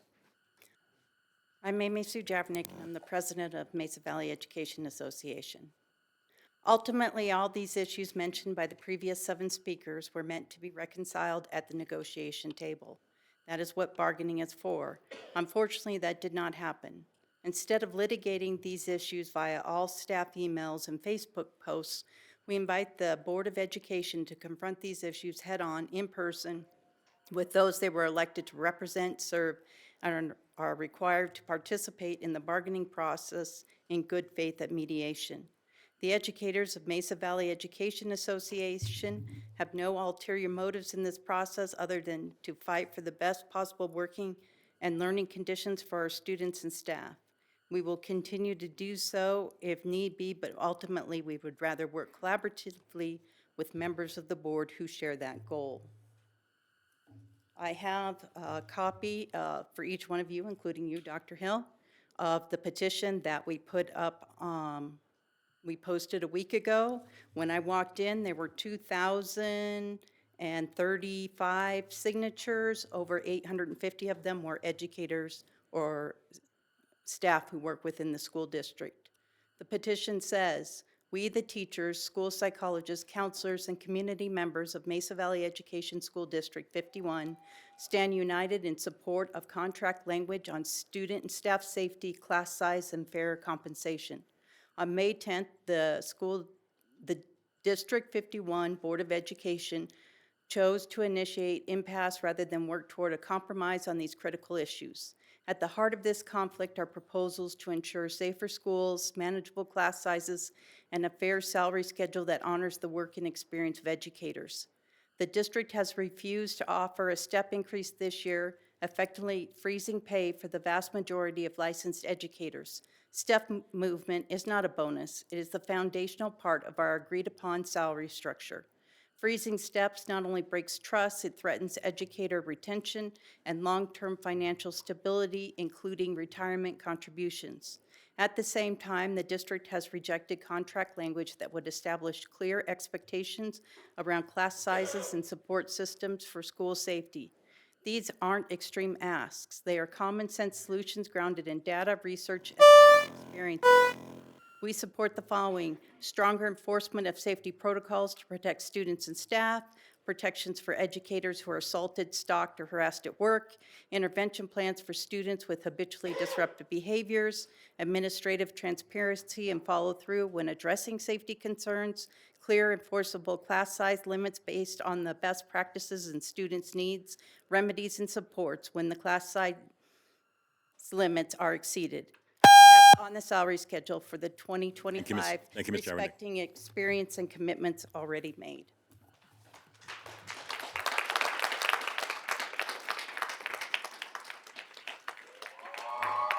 Alrighty, up now, Ms. Carrie Imo.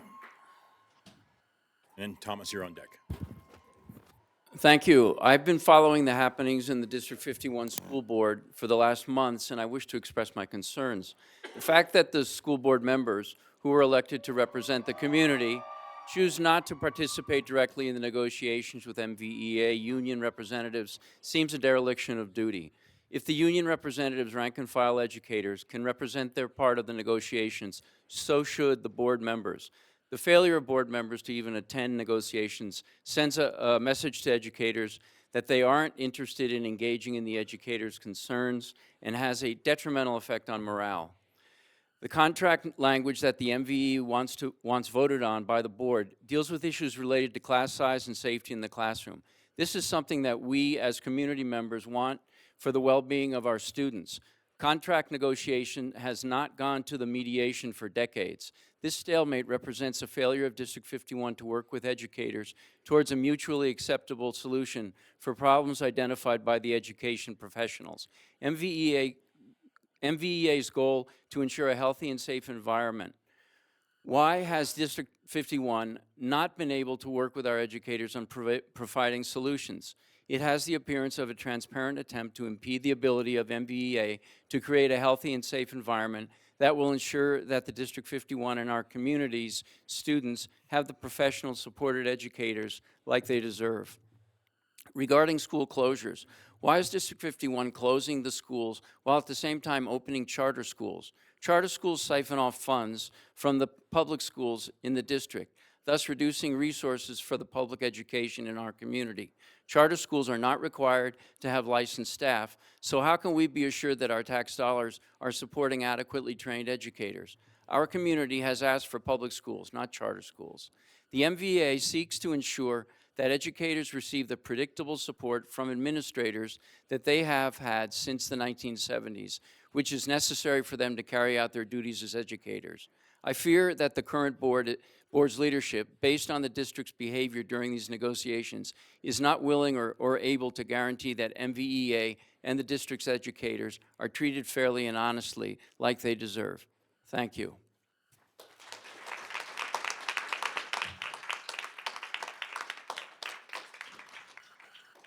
Now we have Mr. Thomas Acker, and on deck, Shane. Oh, that was Thomas. Shane Burton, and on deck, Gary Christ.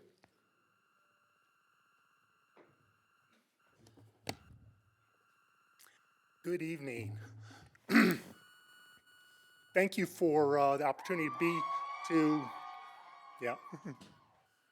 thank you for the opportunity to be here and address you guys. And I wanted to say thank you for the Saturday morning coffee. What a great forum to be able to talk through things and convey things without a clock going.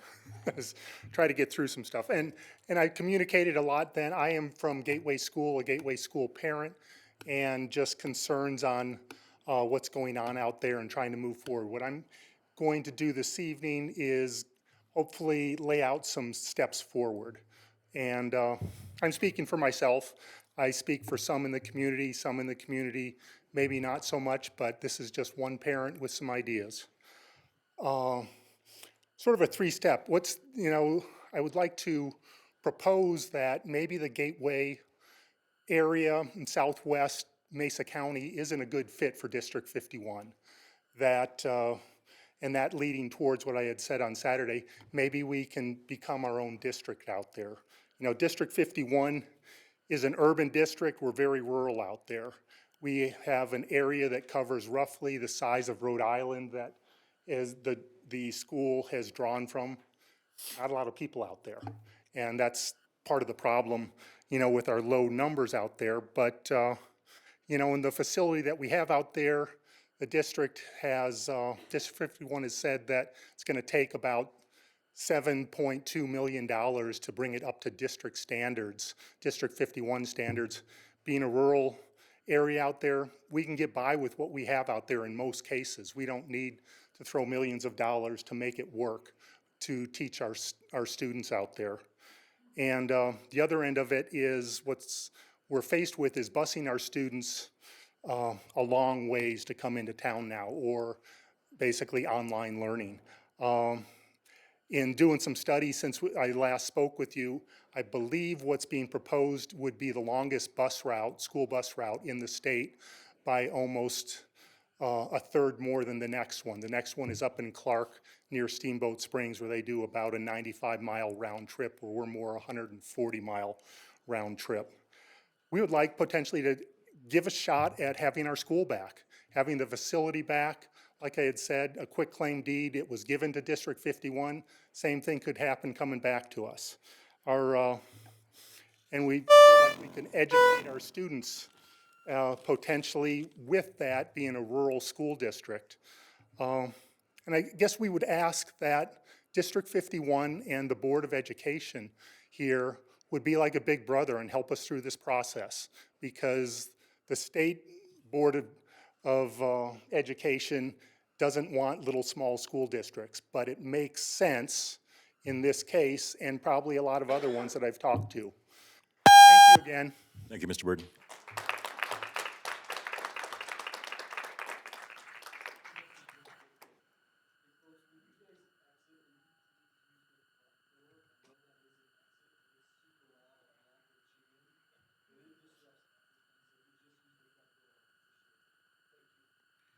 All right, up now we have Gary, is it Christ? Christ, yes. And on deck, we have Ginger Berry.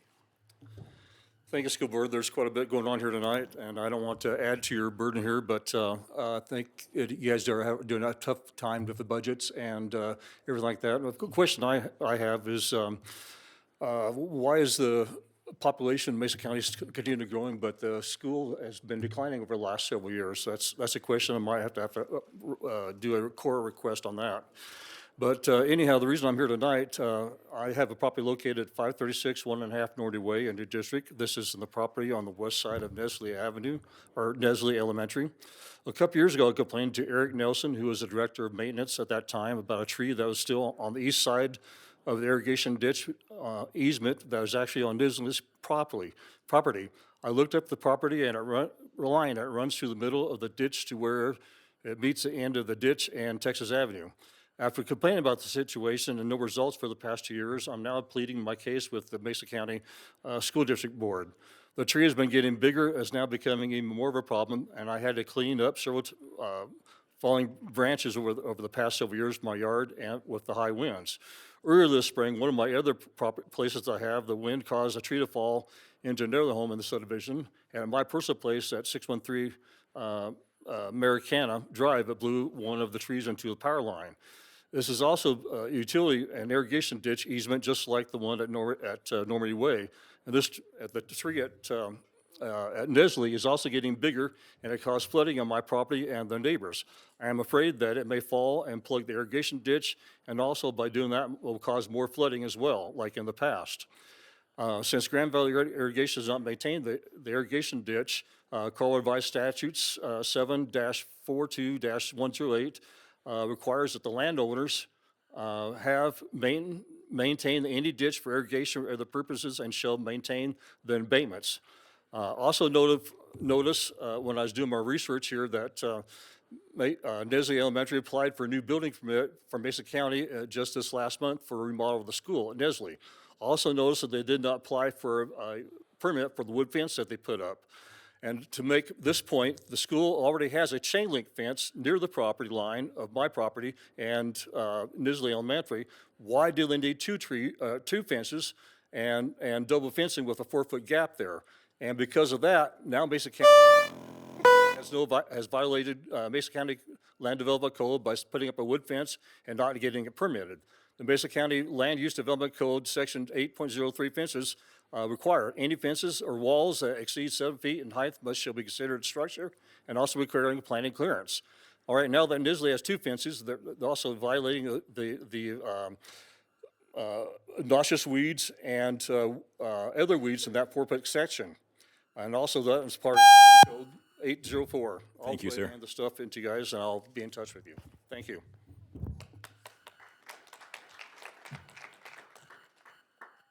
Alrighty, up now we have Ginger Berry, and on deck, Laurel, is it Heimstra? Hi, I'm here tonight not just as a teacher, but as someone deeply invested in the truth, in fairness, and in the future of our schools. We are at a critical moment, one where trust is breaking down, not just because of disagreement, but because of how the disagreement is being handled. Let me be clear, our educators are not refusing to come to the table. We are and have always been ready to negotiate in good faith. What we are facing is not a stalemate caused by unwilling teachers, but by a school board that refuses to engage honestly. Instead of dialogue, we have been met with delay. Instead of cooperation, we have received misleading public messages designed to paint us as the problem. The pressure emails being sent out, filled with half-truths and distortions, are not just irresponsible. They are a direct attempt to manipulate public opinion by misrepresenting what's really happening. That's not leadership, that's damage control. And to the board member who asked a concerned constituent if they had been living under a rock on Facebook, let me be absolutely clear. That kind of language is unacceptable.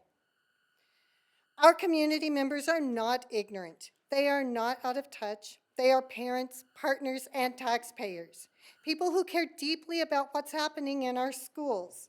To dismiss them with insults instead of listening to their concerns shows a troubling lack of respect for public input and accountability. If the community is asking questions, maybe it's because they haven't been hiding under a rock. Maybe it's because you haven't been transparent. Maybe it's because the information has been hidden, twisted, or communicated in ways designed to confuse or misrepresent rather than inform. We are not here to be insulted. We are here to be heard. And now members of the public, our fellow teachers, parents, our neighbors, our supporters are being told that they'll be escorted out of meetings for speaking in support of our educators. Community members are showing up with signs of support, are being told that they have to vacate. And people are being denied access into public meetings. which is a violation of state law. Let's be very clear. Intimidation is not governance. Silencing voices does not make the issues go away.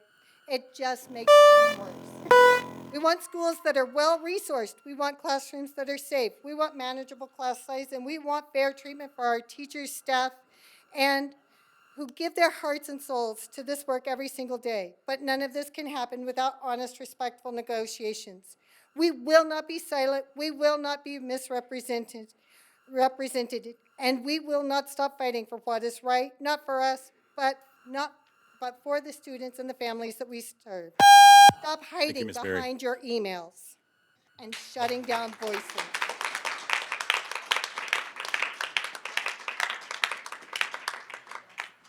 Alrighty, up now we have Laurel Heimstra, and on.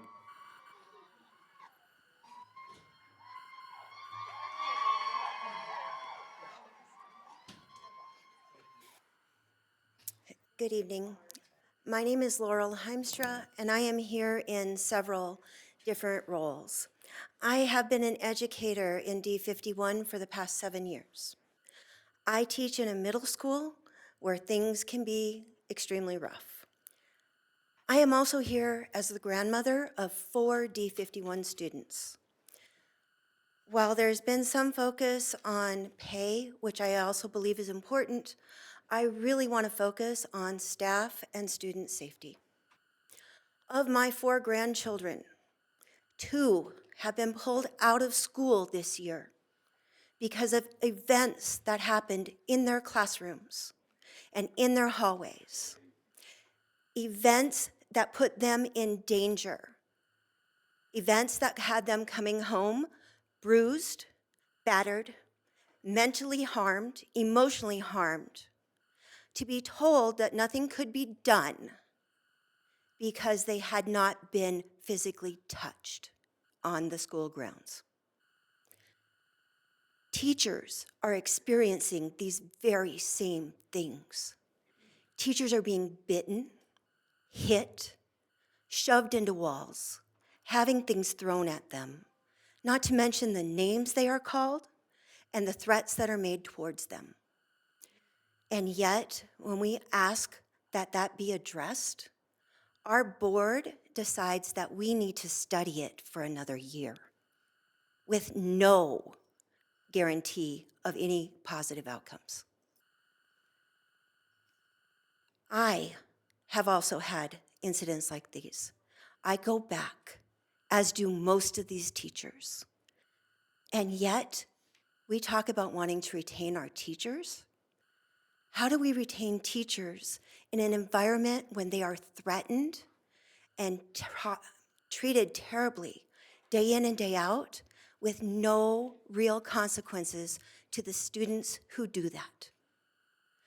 While my 2 grandchildren are at home, one to be homeschooled all of next year, the people who did this to them are still in the classroom. It is not okay. It needs to be addressed, and waiting another year leads only to more people being harmed. Please come to the table, help us solve this, make our schools safe.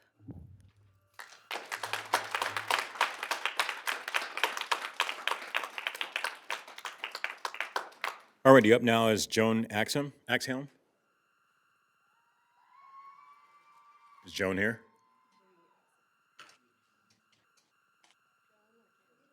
No, it's Joan, J-O-A-N. Joan Axhelm. A-X-T-H-E-L-M.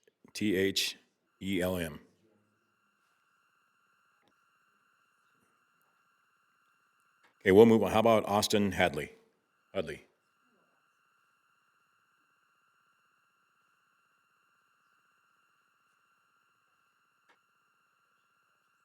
Is it Hudley, sir, or Hadley?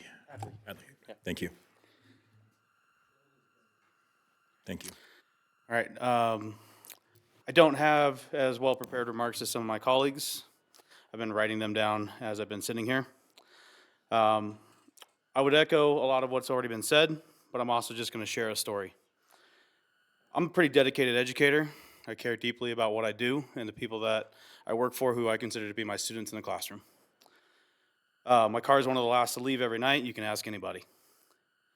That being said, even on a $60,000 a year salary with 8 years of experience and a bachelor's degree, plus 30, last night I worked 5 hours doing deliveries and gig work.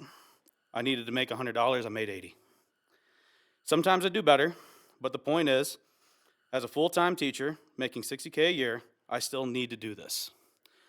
My salary looks good on paper, but when it comes down to it, costs keep going up. My mortgage is over $2,000 a month, and it's not showing any signs of slowing down. So while I'm no stranger to living on a tight budget, as costs increase, the budget does get tighter. And of course, that's true of all entities, whether it's personal or it's a school district. To the school board, I would ask you guys to stop sending a lawyer and come to negotiations face-to-face in good faith as arbiters of the public trust. To district admin, I would say that if a step freeze is necessary, I'm okay with that. Like I said, I'm no stranger to working on a tight budget. However, true leadership would be you doing the same that you ask of us. That's all I have.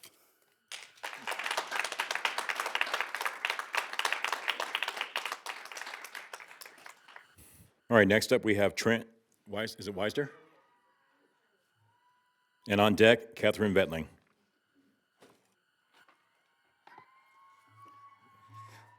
Good evening. My name is Trent Wooster, and I'm often in the last car in the parking lot next to Austin out there. So I've taught in this district for 26 years, and for most of this time, contract negotiations have been collaborative. Teachers, district administration, and board members have sat down face-to-face, working through disagreements, and finding solutions that honored the profession and supported our students. But that process has changed.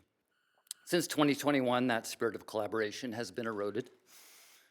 The board no longer attends negotiations. Instead, legal representation is sent, which has led to little constructive dialogue and little effort on the part of the district to compromise. This change isn't just procedural, it's personal. Educators on the negotiations team aren't just advocating for union members, but for all educators in the district.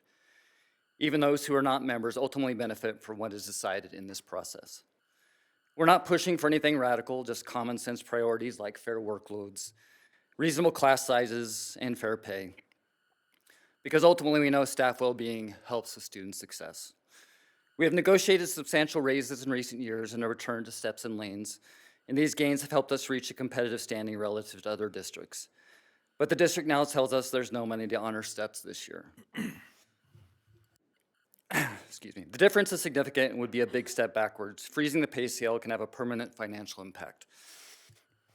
Steps are not one-time bonuses. They're part of our promised compensation and affect long-term earnings and retirement benefits. A veteran like me may not feel this loss as much, but newer teachers stand to lose thousands of dollars over the course of their careers. The MVA team came to the table with reasonable, thoughtful proposals and a willingness to compromise. But there was little meaningful dialogue. Misleading emails replaced genuine engagement. And this year, for the first time since the 1980s, we have reached an impasse. When the board isn't in the room for these discussions, it leads to a lack of credibility when it comes to speaking about the process. It's hard to understand the stakes when you haven't directly listened to the people affected. The educators of Mesa Valley aren't trying to be combative. We're simply asking to be heard, to be at the table, and to be treated as professionals who work long hours, including nights and weekends, to support our students. To our community and fellow educators, I urge you to raise your voices, stay engaged, and demand that our board honor its responsibility to represent and serve, and to wear those red shirts proudly. We've seen districts across the state and nation lose educator voice at the table, a shift that almost always leads to lower pay, reduced benefits, and no guarantees for critical professional supports like protected planning time. These are the very conditions that make it harder for educators to do what they do best, support and inspire students. Thank you.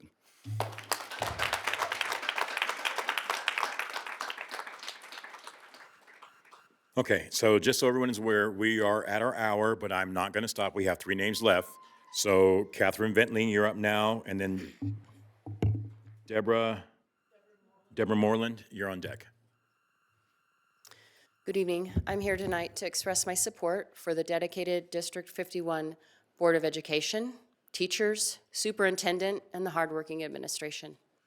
I've been actively involved in this district, not only as a parent, but as a volunteer and someone who deeply cares about this community. My spouse worked his entire career teaching here. We are both proud alumni of District 51 ourselves. Many of our friends still work here. This system matters to me. Lately, I've heard criticism directed at the board over this year's negotiations. Criticism, I believe, is unfair and disconnected from recent history. I would like to remind those who have forgotten or enlighten those who were not aware. Over the past 3 years, the board has gone above and beyond in negotiations, reinstating steps in lanes, approving consistent raises above the requests, providing additional contract days for special education teachers above the request, and improving health insurance options while actually saving money, to name a few. For that, I want to offer heartfelt thanks to this board and to Brian Hill. In times of declining student numbers and budgets, their leadership has driven meaningful progress. Not just the 30% plus increased teacher compensation, but in broader policies and philosophy. Not all problems can be solved in an instant. Smart solutions require thoughtful process. Actionable decisions and results are what matter. Let's keep that in mind. Now, to be candid, over the years, I've been disappointed with MVEA's support for individual teachers when it's really mattered, and MVEA's current negative stance regarding the 2025 negotiations. That said, I do value the union's role in creating a structure for communication between teachers and leadership. Not every teacher has the energy or resources to advocate alone, and the union helps provide that collective voice. But when that voice turns towards emotional posturing and scare tactics, it loses impact and only creates chaos. Right now, we have one of the most teacher-supported boards I can remember. This should be a moment for real opportunities, not division. If you're a union member, I urge you to demand better from your leadership. Let's not miss this chance while we have a board that has proven to make courageous changes at District 51. I know this team is well equipped to solve the problems presented with negotiations, and my best wishes to all. Thank you.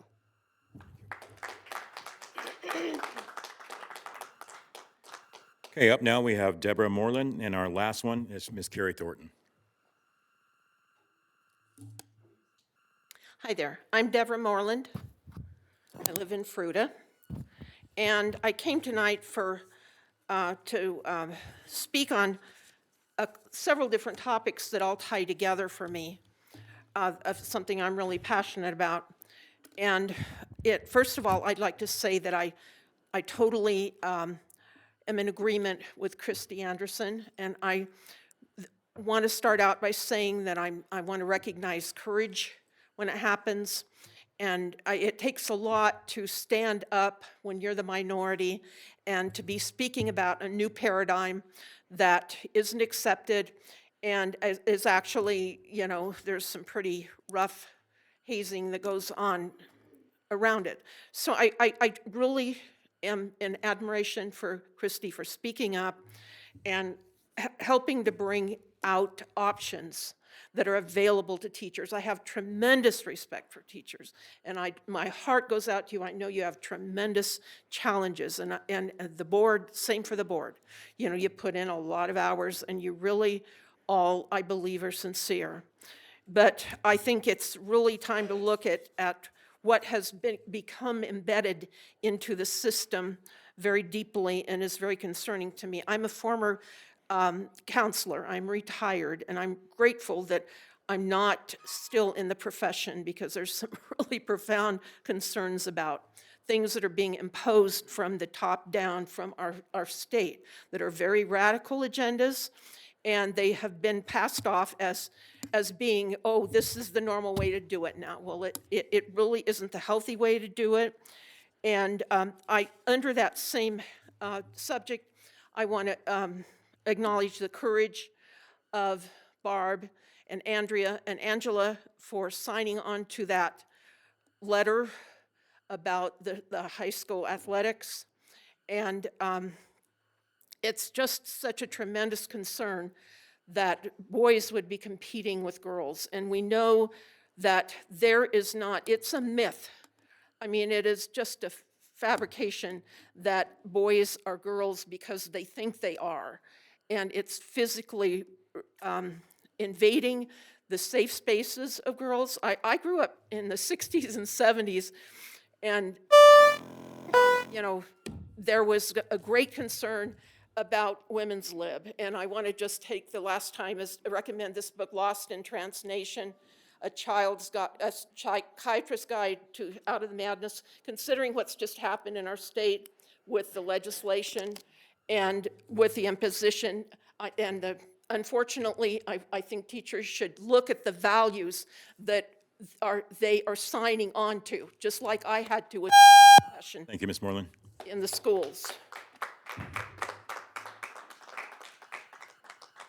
And board, I apologize. I didn't flip this over. There are actually 3 more names in the bottom that I missed. I apologize. So up now is Carrie Thornton, and on deck is Ms. Jessica Hearns. Carrie Thornton.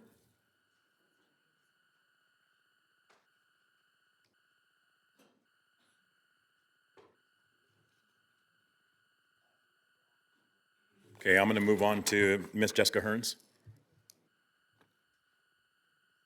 And then on deck is Dan Worth.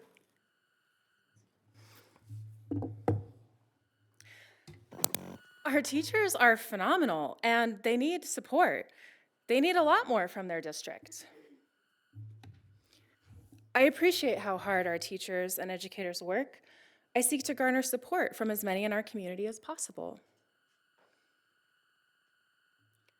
One of the reasons that I'm running is my desire to create and maintain a culture of collaboration and support for our teachers, moving us beyond unproductive divisions and enlisting our teachers at the problem-solving table.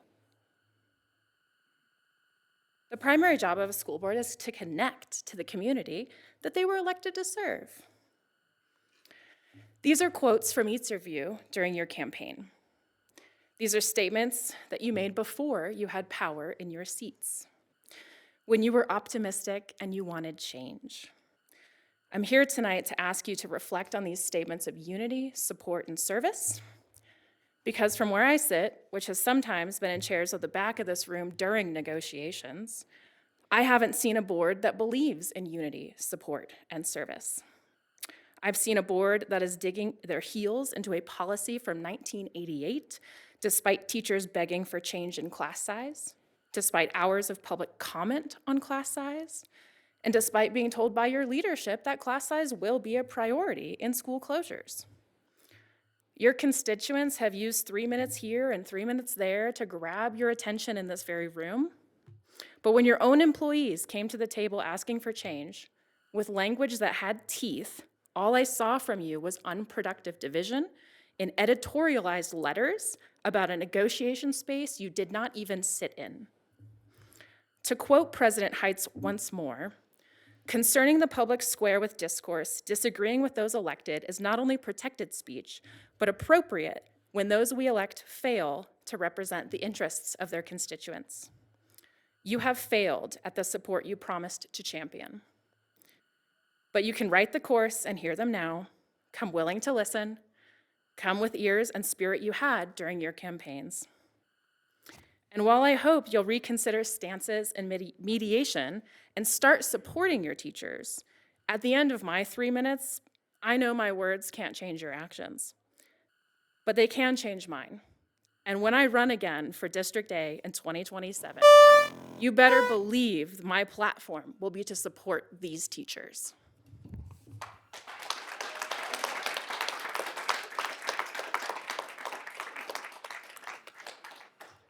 Did Carrie Thornton come in?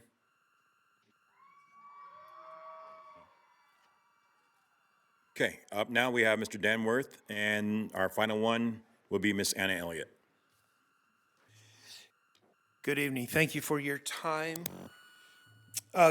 Class size language was brought before by the educators of Mesa Valley Education Association in order to address a very real concern from both educators and parents alike.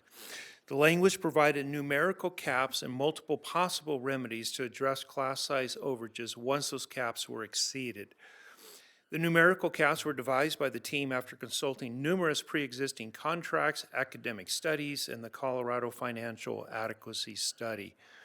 The Mesa Valley Education Association team came in with model language, which is what you do in traditional negotiations. You bring the best language possible and look backwards from there. That was not possible as the district declined to engage with the proposal's substance. Instead, they proposed another committee citing conflict with board policy and cost. The negotiations team was prepared with alternative proposals that were cost neutral, proposals that were never shared because the district would not engage in earnest. It should also be pointed out that the board policy is subordinate to contractually agreed upon language. Contractual language is essential because it supersedes outdated board policies. If I contract services from a company for $2,000, but I have a household policy of never paying more than $1,000 for said services, especially if my household policy hasn't been revised since 2002, my policy has to be modified to meet the new current reality, a contractual obligation. The board claims they prioritize adaptable solutions over rigid mandates, yet when it comes to negotiations, that flexibility is not extended. District budgets are a statement of priorities. District financial audits are publicly available on both the D51 website as well as the Colorado Department of Education. The publicly available data contained within the 2024 annual comprehensive financial report shows that the in-fund balance at District 51 grew by $26 million in the last year. In-fund balances have increased every year since 2020, more than quadrupling, jumping from around $15 million total to roughly $71 million for 2024.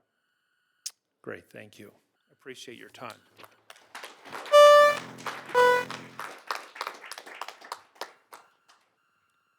All righty, and our final comment this evening will be from Ms. Anna Elliott.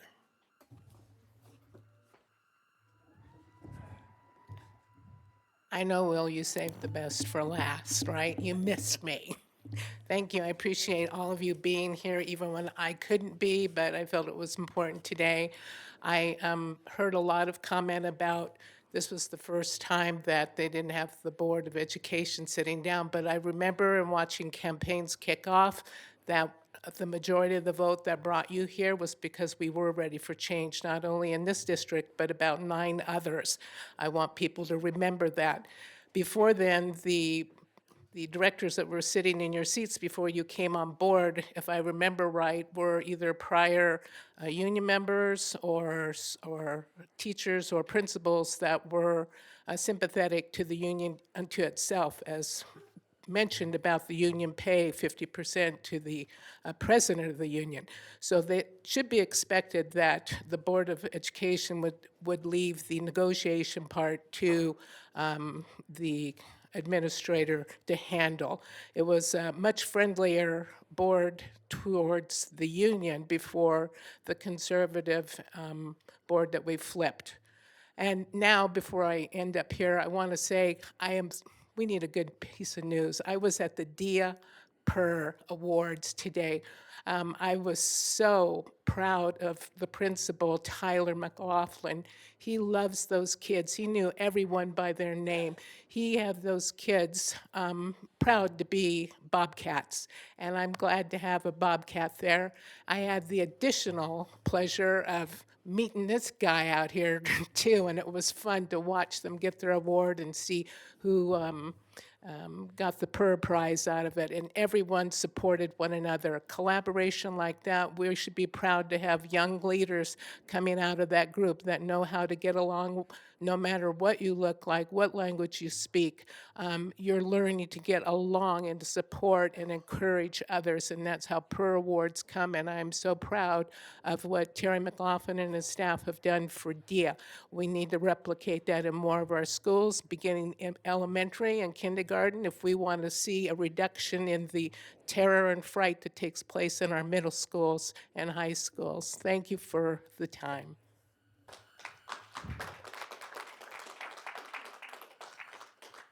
All right, President Heights, that concludes our announcements. Thank you, everybody, for coming up speaking. All right, thank you. All right, next up we have our consent agenda. The consent agenda contains personnel actions and acceptance of gifts, items that are routine and can be approved by a single motion. Items on the consent agenda will not be discussed individually by the board unless an item is removed for individual consideration. Board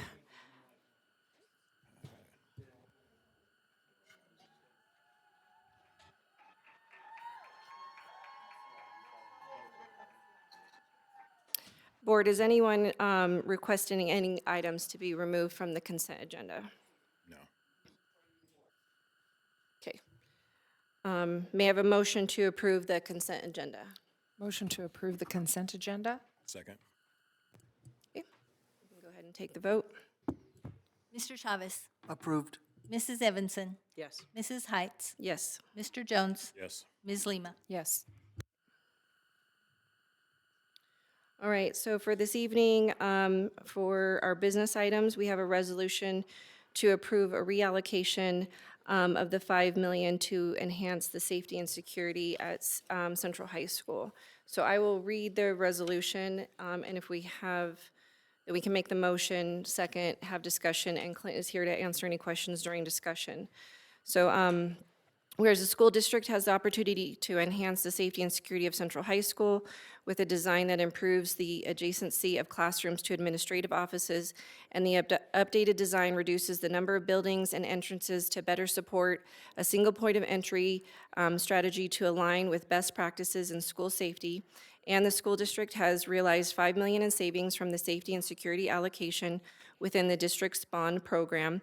And the use of these savings for the Central High School Central High School project remain within the overall bond authorization approved by voters and does not exceed the total bond program budget now. Therefore, it be resolved, the Board of Education directs the superintendent or the designee to proceed with the comprehensive remodeling project at Central High School utilizing the $5 million in savings from the district's bond program. So do I have a motion to approve this resolution? Yes, motion to approve the resolution. Second. Any discussion or questions for Clint on this? So if you guys recall, at the workshop last week, they presented the savings that we had from the safety and security.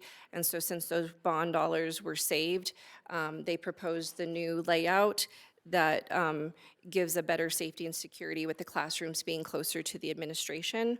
And that money can then basically be reinvested into Central High School. So any questions? Okay. Yeah, I thought it was good. All right, I'm getting good at surmising these, so. All right, so no discussion, we can go ahead and take the vote. Mr. Chavez. Yes. Mrs. Evanson. Yes. Mrs. Heights. Yes. Mr. Jones. Yes. Ms. Lima. Yes. Okay. Any open board discussion? I don't know if we're supposed to or not, but during comment, there's a lot of stuff being said about board members and how we don't care and how we don't show up and how we don't engage and how we don't talk.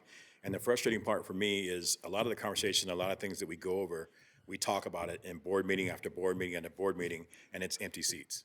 And it's hard to engage and equip or empower and inform or be transparent when you have empty seats.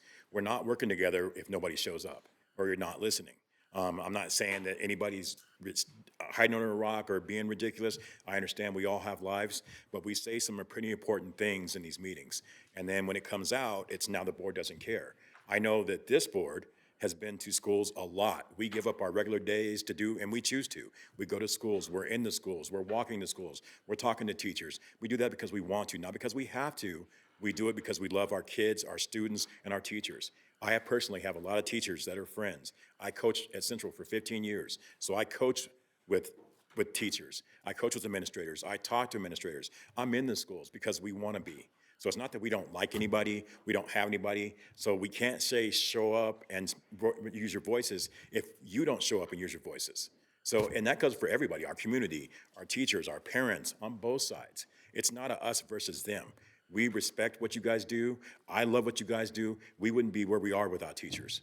But we just need to figure out a way to be all together. It's just a frustrating situation when we hear stuff like that, or I get an email, but not your sincere thoughts. It's just an email that's been sent by somebody and you just sign your name to it. Send me your thoughts. Send me your email, because I'm gonna respond to you the way that I want to, not the way somebody's told me to. So that's all I ask. So that's what I have for board, so. Any other board discussion? Yeah, I guess there was one comment made that the board hasn't participated in any negotiation committees, and maybe I don't understand, but Director Lima and I were on the ERPIC committee this year. We met January, February, and March with most of the MBA negotiation team, and we sat there waiting for language on safety and security and classroom size, and every month, nothing was ever presented to us. So maybe they meet a different negotiation committee, I don't know. And then I know you were on ERPIC with Dr. Schultes the first couple years. So I mean, I guess I don't understand some of the comments where the board's not involved. So again, just trying to get clarification on some of those comments, so.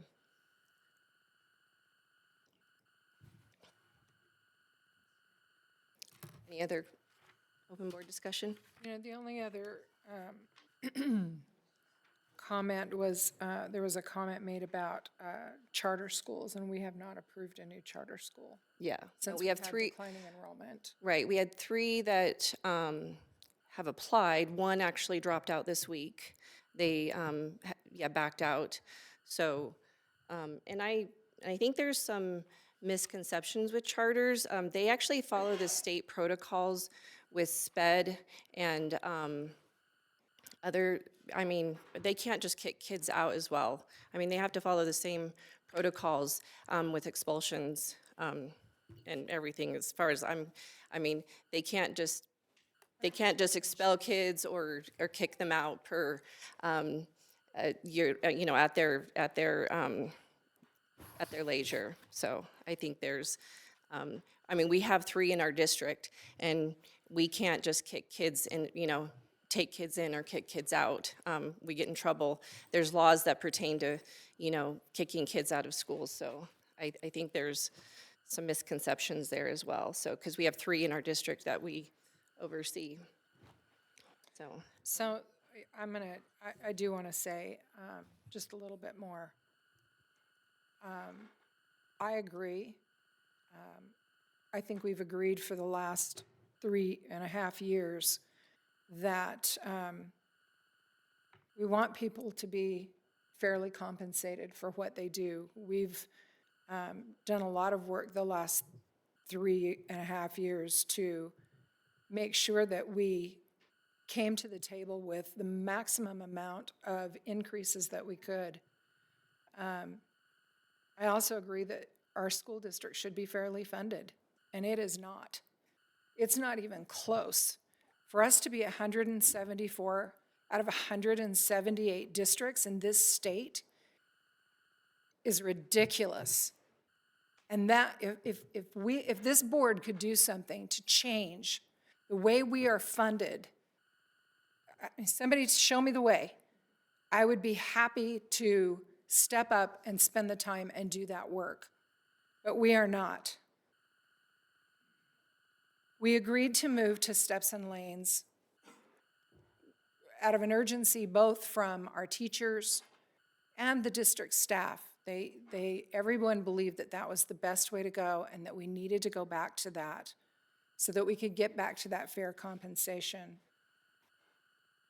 No one wants to freeze, and I did get confirmation, this isn't just teacher wages that are froze with the not going another step this year, but it's everybody.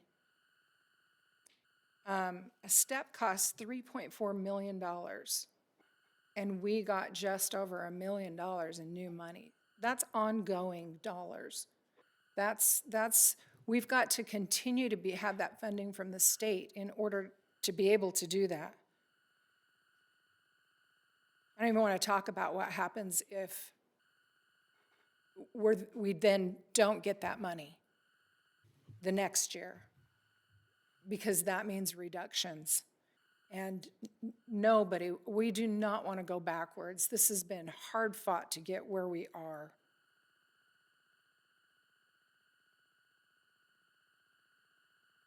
It's really about the funding on so much of this.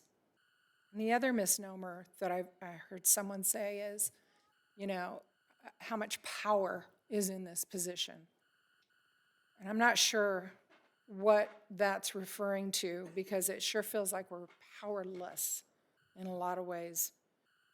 There aren't enough psychologists coming down the pipeline to have in-person people in ways that we would like to. We have to go to contracts because there's no other way to do that. There's no other way to cover it. Class sizes, safety and security. Gosh, if I could tell you how many times I've heard from a teacher, a friend who's a teacher that I've never even met before, who deals with behaviors in a way that is really something. Yeah, our hands are tied. We don't get to make every decision. If somebody can find a way out of that, that'd be awesome too, because we would take the responsibility to do it, but the state doesn't allow us to have that responsibility. There are so many laws, and you know, this brings up, again, we can sit at the table. We can't do anything without running it through a lawyer, because lawyers make all of these rules at the state level, and we are just tasked with following them. We don't have the luxury of being able to design our own rules. So in closing, I would just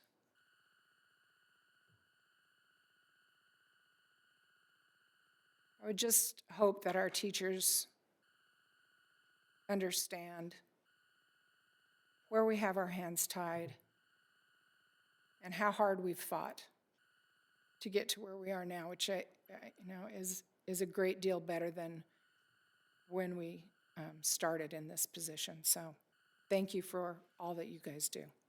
We do appreciate you.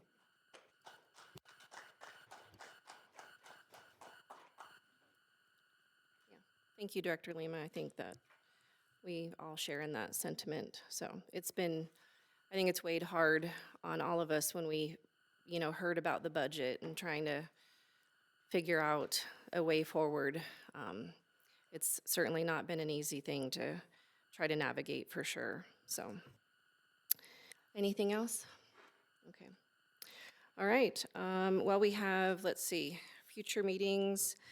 So May 27th, we'll have a virtual meeting just because we need to have a budget update prior to the end of the month. And then June 3rd, we'll have a work session, and June 17th, we will have a board business meeting. And then the board typically doesn't have meetings in July unless we absolutely have to, so we do get the month of July off. So we'll just have those 2 meetings for June. So, do you have a motion to adjourn? Motion to adjourn. Okay, all right, thank you.